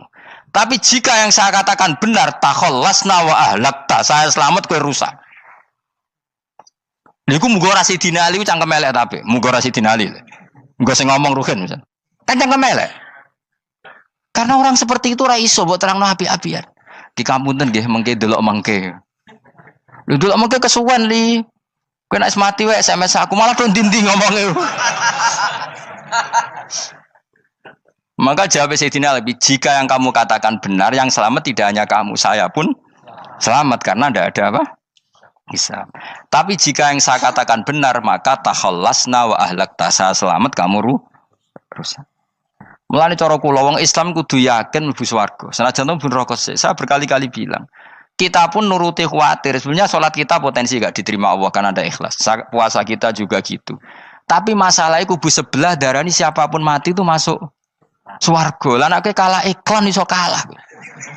Lan aku kampanye paling gampang ngaji swarga, ngaji ra paham yo swarga, go kitab ngalor ngidul yo swarga, modus gaya-gayanan yo swarga. Ngaji mergo mangkel bojo yo swarga.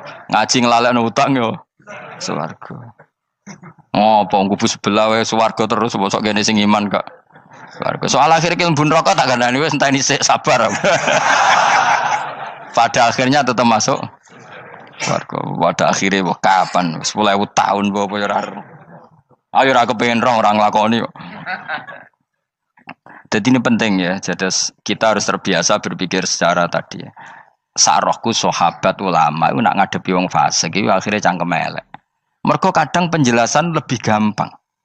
Cuma tadi saya ulang lagi, Nabi harus kita selamatkan. Tajane Nabi Ibrahim yang podo parah. Jadi ketika beliau mematahkan semua berhala yang kecil kan kapaknya dikalungkan berhala yang bareng ditakoi. Him siapa yang melakukan itu? Takono sing nggo kapak, ora nggo kapak. Jare ketuane wong kafir, utekem lho him wong karuan berhala ora bukan nakoki, ora karuan iso ngomong, bukan nakoki. Lah utekem ning ndi karuan ora ngomong mbok sembah. Asline berhubung Nabi Ibrahim darane ngendikan, lah sing nyora aku. Lah yo muga iku ora nabi, iku cangkem elek ta cangkem apik. Muga ora nabi lho. Mergo Nabi Ibrahim diutek-utek utekem lho, mu karuan berhala watu kok kon nako. Jare Ibrahim utekem tak kok karuan watu kok mbok sembah. Iso diterangno api-apian. Ngapunten nggih. Ngapunten sanget niki niku. Kesuwen yakin kesuwen. Lah cuma ke mari siko Nabi ku ya iku netok sing cangkem elek iku. Tapi ora demi hak, demi hadun. Nah iku sing mari elek. Apa logikanya? Saiki musuh dhisik musuh saiki gabung kuwi barang-barang donya kok mbok soal. Nyoal barang akhirat itu keren apa? Apa susahe ning donya nggo sujud, apa susahe ning donya nggo ibadah iku keren. Nyoal kok trimo. Dhisik musuhan kok saiki rukun ben donya kok mbok soal ben wis jegeman santriku ngono sini-sini aku. Ciri utama wong apik nyebalano barang dunya, tapi nek akhirat seri. Kayak aku mestine paten soalku wis ngaji jalalan kok gak dadi wali ku maksudku piye? Tak ulang mulai 2005 kok ora alim-alim maksud. Tapi kita wari jawaban tawaduk. Ya tak wari jawaban apa? Karena kita ndak ingin nyaingi guru apalagi melangkahi. Ya tak warai ya. Jadi sajane kula saged alim Gus, tapi mboten sae nglangkahi guru. Mulane kula nyuwun pangeran tetep bodho. Kersane tetep sopan, tidak nglangkahi. Setuju ya? Dadi soalnya enggak takoki. 2005 lho kan 2005. Berarti pirang tahun? 14 tahun. Tak takoki dadi mubalek yo ora, khotib yo ora. Krungu kabar Ruhin wali yo ora. Nuruti kecewa-kecewa. Tapi setelah ada jawaban tawaduk ya soleh. Memang enggak baik, murid nyalip guru itu enggak baik. Ya ora apik, ora iso ya ora ros pokoke. Jelas gitu. Terus niki bukti orang soleh itu boleh berteman orang macam-macam. Bernya ini ahlul jannah bercerita dulu punya teman ateis. Jelas gitu. Yang teman itu mengingkari adanya hari kebang, tapi nyatanya orang soleh ini tetap masuk surga. Artinya apa? Pertemanan di dunia sama orang ateis ini tidak menghalangi dia masuk surga. Tentu ya sebatas pertemanan.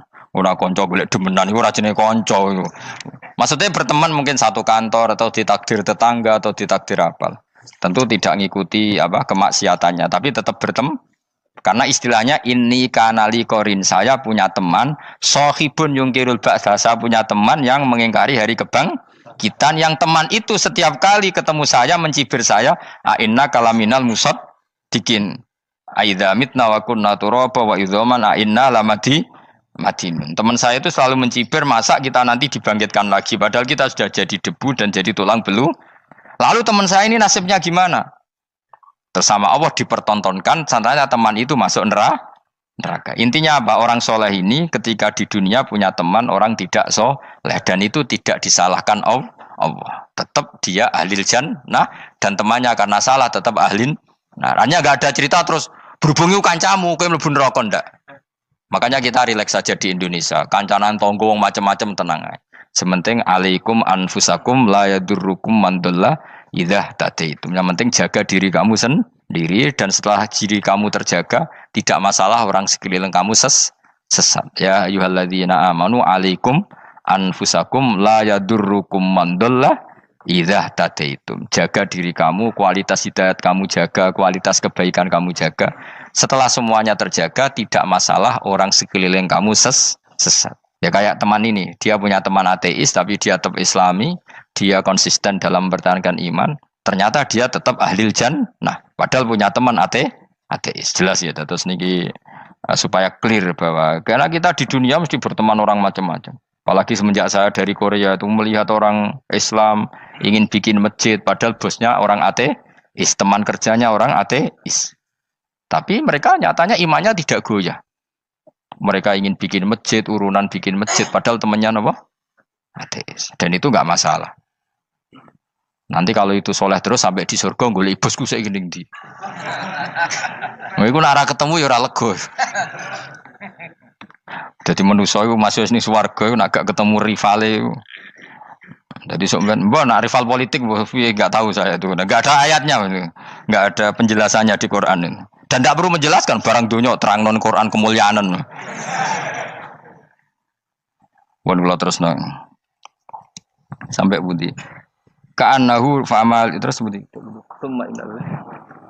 Innahum alfau aba'ahum dolin.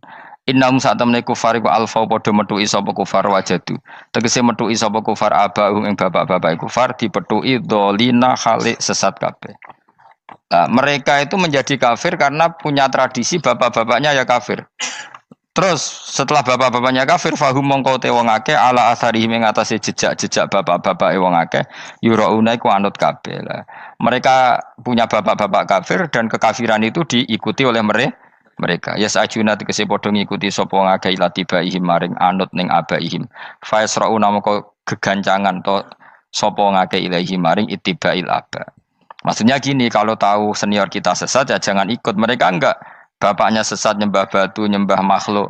Mereka ikut menyembah batu, menyembah makhluk. Harusnya kalau salah kan enggak perlu apa diikuti. Jadi kesalahan itu ya kadang ikuti tradisi. Tapi ya tradisi yang seperti itu, kalau tradisi yang baik ya harus diikuti. Walakotelan teman-teman sesat kau belum sedurunge iki generasi sopo akfarul awalin. Sopo aki-aki wong dhisik. Minal umami sing pira-pira umat almadiyati kang wis kliwat. Walakot arsalan teman-teman ngutus ingsun fiim dalem kabeh mungkiri nek wong sing meringatno kabeh. Minar rusuli sing pira-pira rusul mukhawifina tur ngekeki peringatan kabeh. Fangzur mongko angen-angen sira kaifa kana hale kaya apa ana apa akibatul mudharin, apa akibate wong sing dikei peringatan ayil kafirin tegese wong kafir kabeh. Ai akibatuhum tegese uta akibate kabeh akhir dari perjalanan mereka wa aladabu siksa. Orang yang tidak iman pasti akhir perjalanan siksa. Senajan to ning donya mereka ngelola dunia lebih baik ketimbang kita, kehidupan dunianya lebih baik ketimbang kita. Intine kowe aja sampai kalah donya kalah akhirat. Awas kene. Kalah donya aja sampai sini-sini wong. Sing go jalalan jebule kalah donya. Gunane apa go konsep jalalan ngalor gitu. Tutulisi jalalan kalah di dunia menang akhirat. Jebule kalah pisan. Innalillahi wa inna ilaihi raji'un. Awas ke sebenarnya swarga sini-sini wong.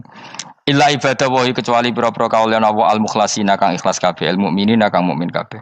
Fa innahu mongko satuna ibadu wa al-mukhlisin atau al-mukhlasin iku najau. Iku selamat sapa kabeh minal adabi sanging siksa.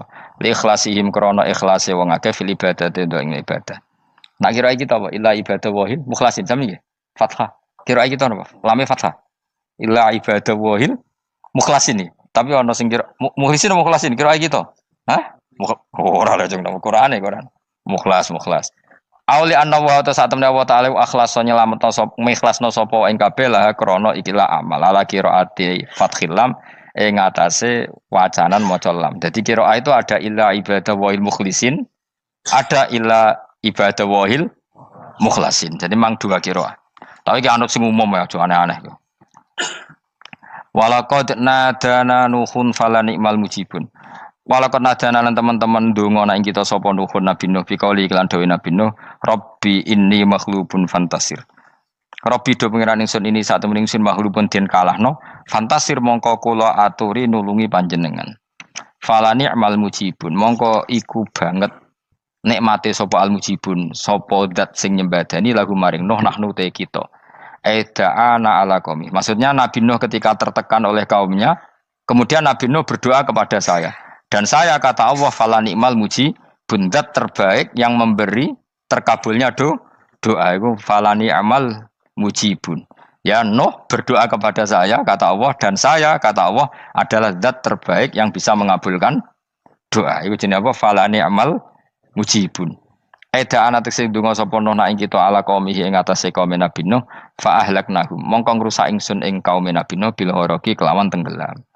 Jadi kowe nak mangkel mbek wong-wong sing ora iman iku pilihane iku kowe parek pangeran. Nak parek pangeran nak sing ora iman dikalahno pangeran. Kowe ora usah dadi ekstremis, malah ribet dhewe. Pasrahno napa pangeran. Lah nek kira wali ora mandi-mandi, ora mandi ya wis. Sementing kowe ning donya bernegara secara sehat, gak perlu dadi napa? Teroris, gak perlu dadi napa ekstremis. Karena Nabi Nuh ketika mangkel mbek kaume, Nabi Nuh ngebom mereka apa matur pangeran?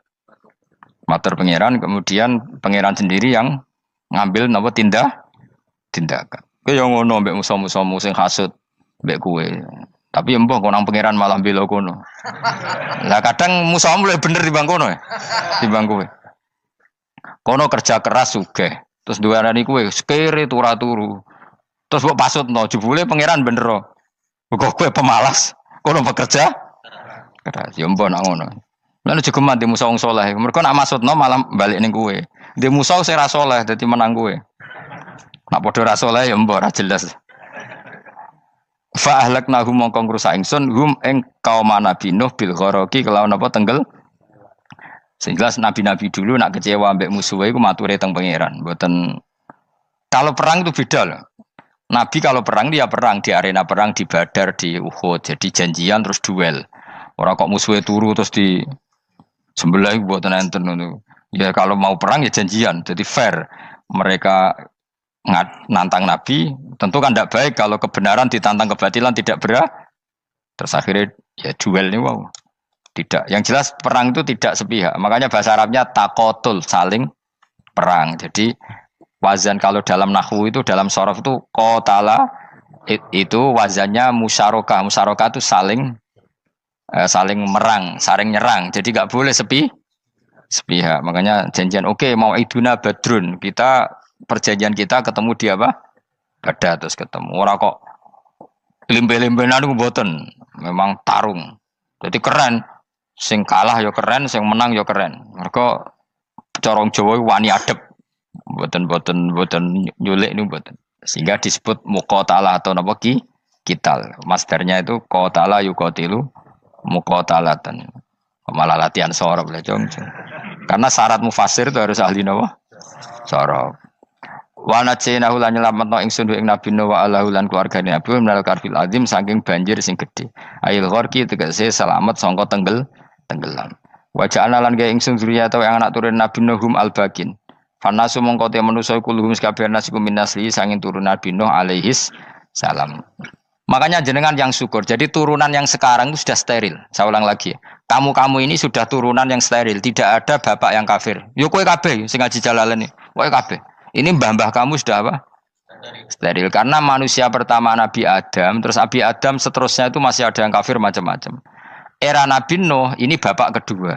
sing kafir tenggelam kabeh, terus ada orang 80 semuanya mukmin. Makanya kita-kita yang sekarang itu istilahnya Allah dzurriyyataman hamalna ma'nuh. Kita ini turunan orang yang diangkat di perahunya Nabi Nuh.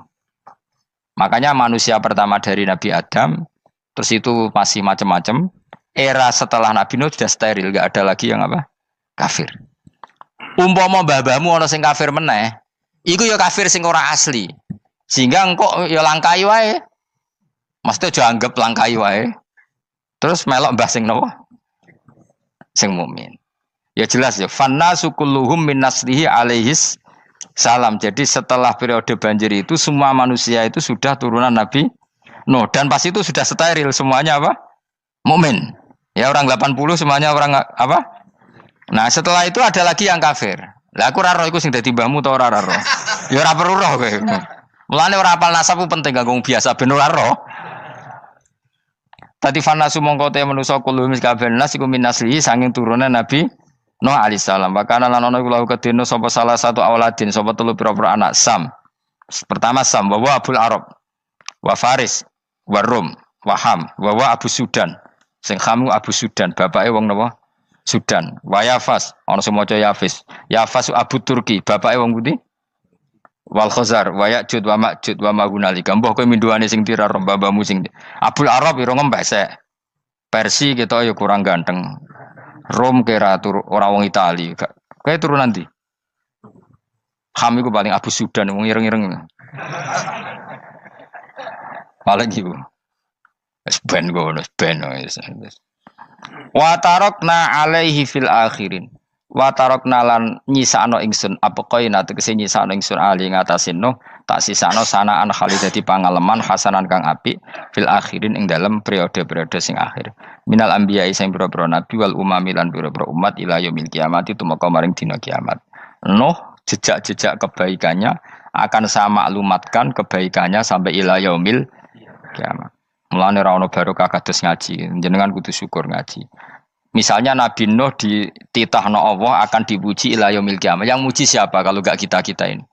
Barokahnya ngaji, kita tahu kehebatan Nabi Nuh, kita tahu sejarahnya Nabi. Berarti yang muji Nabi Nuh siapa? Ya kita-kita ini yang ngaji. Andai kan tidak ada yang ngaji, orang tahu enggak tentang Nuh? Enggak tahu kan? Makanya banyak wali yang enggak suka doa. Bukan karena anti doa enggak, katanya saya yang didoakan para yang sudah meninggal. Karena yang sudah meninggal itu sangat mencintai kita. Lan kula itu termasuk ulama sing jarang ndonga. Nggih ndonga tapi juarang banget. Ora koyo kowe men ndonga ora tau mandi. Kula nu jarang ndonga karena dawuh Kanjeng Nabi, siapapun yang menghidup-hidupkan sunnahku otomatis layak mendapat doaku. Dawuh Nabi masyhur, ala khulafai rahmatullah. Siapapun yang mengganti saya berhak dapat rahmatnya Allah. Manhum ya Rasulullah. Siapa itu? Alladzina yuhyuna ma amatahun nas min sunnati, orang yang menghidup-hidupkan sunnahku yang sudah mati. Coba Nabi Nuh sekarang dapat titah dipuji di dunia ila yaumil. Yang muji siapa coba? Kita-kita kan. Karena kita menerangkan sejarah Nabi Nuh bahwa beliau adai ila Allah, beliau konsisten berjuang ila tauhid. Coba kalau tidak ada orang ngaji, siapa yang tahu Nabi Nuh?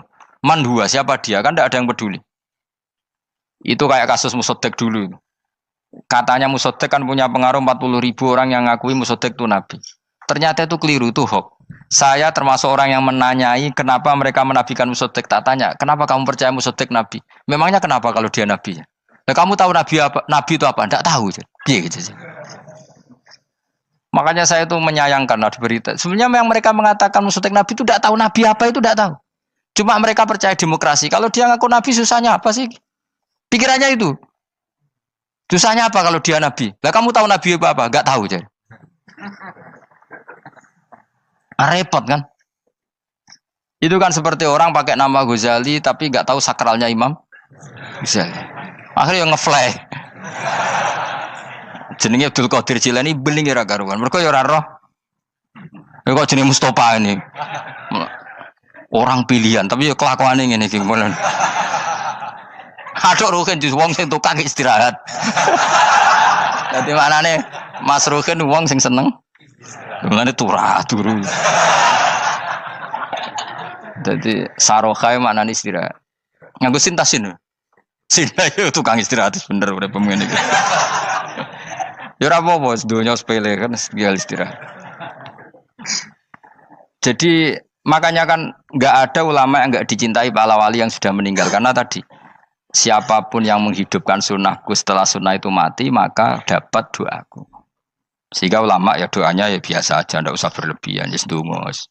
Karena kita yakin dongane Nabi luwih mandi timbang doa kita. Kalau kita menghidupkan sunnahnya Nabi, ngaji maksudnya. Cuma namun di sunnah Rasul gak tahu ngaji. Sunnah Rasul yo ngaji iku sing karuan. Wis jelas Nabi itu status pokoknya apa? Pengajar apa? Masyhur itu. Buistu mualliman. Sebagian riwayat pakai innama buistu muallim. Saya diutus hanya sebagai pengajar. Termasuk melakukan sesuatu yang tidak ideal itu Nabi lakukan demi status mengajar.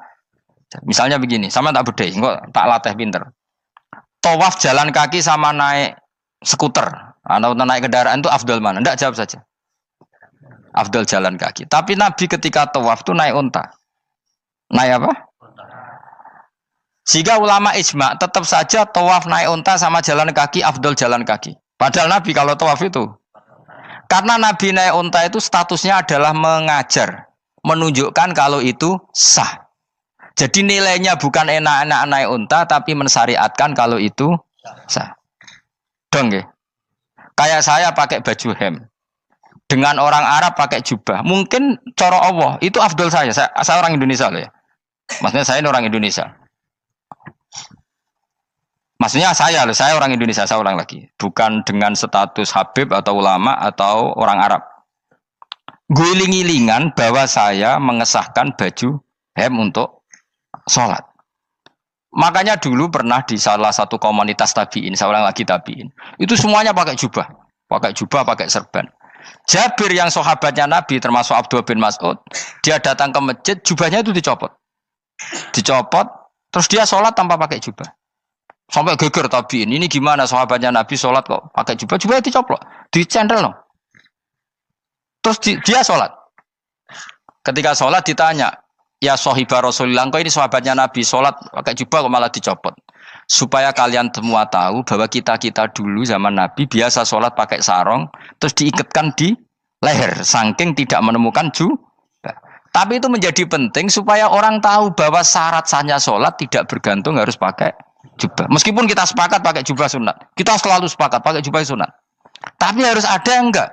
Kalau semua kiai pakai jubah, nanti satpam harus pakai, supir harus pakai. Karena kalau mau sholat jadi bingung. Ini barokahnya Jabir, orang tahu ternyata sholat itu yang paling pokok adalah nutupi aurat. Sama Rasulullah itu kadang tidak melakukan ibadah kelas paling afdol. Kayak tadi beliau tawaf naik unta. Tapi itu menjadi afdol karena nilainya mengajarkan bahwa itu sah. Paham gitu? Terus beda. Perilaku sama pengajaran itu beda. Rasulullah itu gak mungkin sholat lupa. Tapi Nabi pernah lupa. Andai kan Nabi tidak pernah lupa, kita tidak tahu caranya kalau sholat masyhur itu. Nabi pernah sholat hanya 2 rakaat. Terus beliau akan pulang. Terus sahabat diam semua karena mereka punya adab. Terus ada orang yang agak bedui. Aku sirati sholatu amnasita ya Rasulullah. Ini sholat model qashar apa memang kau lupa? Karena sahabat mulai dulu sudah ngerti usul fikih. Kalau ini duhur 2 rakaat, mulai besok berarti 2. Karena ngambil yang paling akhir.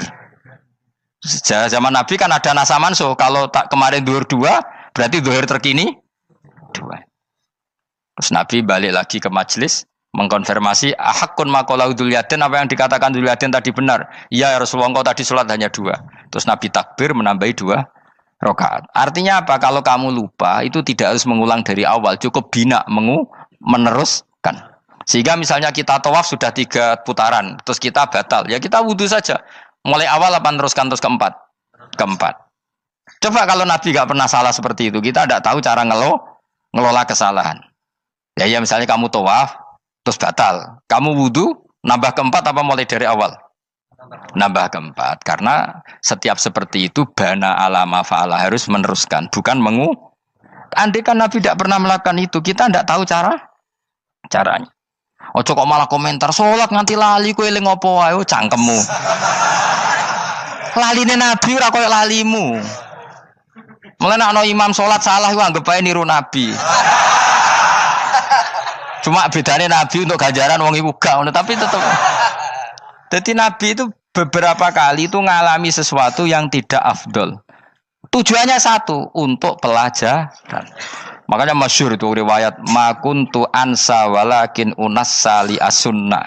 Saya itu tidak pernah lupa, tapi sama Allah didesain lupa li as-sunnah supaya itu jadi sunnah. Jadi makuntu ansa walakin unassa li as-sunnah. Jadi saya tidak pernah lupa, tapi sama Allah didesain lupa supaya jadi sunnah cara ngelola kelupaan. Misalnya sholat 3 apa 4, milih 3. Milih al-aqal. Karena itu satu-satunya cara. Sehingga Nabi didesain pernah sholat hanya 2 rakaat, terus diingatkan sama sahabat. Terus itu jadi sunnah, caranya ngelola caranya ngelola lupa. Begitu seterusnya. Nabi ngendikan al-ajur bi qadri ta'ab secara makna seperti itu. Tapi Nabi sendiri tawaf itu naik unta. Sehingga sekarang ada orang naik skuter, naik kursi roda, itu dikiaskan karena Nabi dulu pernah berkendara. Coba kalau Nabi tidak pernah berkendara, wong sing lumpuh gak iso tawaf, wong sing sakit gak bisa tawaf karena gak ada riwayat Nabi pakai kendaraan. Tapi barokahnya Nabi pakai kendaraan, semua referensi itu gampang. Meskipun Nabi sendiri pas itu masih sehat, sangat sehat. Tapi biar jadi sunnah, kalau seperti itu tidak apa. Karena tadi Nabi itu yang penting buistu mu'alliman, saya diutus sebagai pengajar. Kadang Nabi melakukan sesuatu itu tidak ideal. Tapi tidak ideal yang akhirnya malah lebih ideal ketimbang ideal kita. Karena apa? Nilainya taklim, mengajarkan. Itu masyhur itu dalam ilmu ushul fikih. Jadi yang dilakukan Nabi jaiz, biasa-biasa saja atau boleh, itu statusnya bagi Nabi adalah fardhu ain karena liwujubi taklim, karena menjadi kewajiban mengajar. Masyhur itu jadi dalam usul fikih itu. Karena Nabi berkeharusan menjelaskan. Sehingga kamu jangan tanya, apakah yang dilakukan Nabi itu mesti kelas paling utama? Jawabannya ya, misalnya gini. Nabi itu sangat mencintai Qiyamul Lail. Sangat-sangat mencintai Qiyamul Lail. Tapi Nabi hari keempat itu sudah gak mau ikut sholat di masjid. Terus ada riwayat, kubu sebelah bilang Nabi baru sholat 2 rakaat terus enggak. Ada yang bilang 8.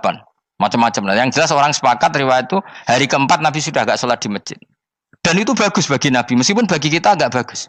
Kenapa? Andai kan Nabi sholat Qiyamul Lail selalu di masjid dan selalu 20 rakaat atau selalu 8 rakaat, pasti orang ngira itu fardhu ain.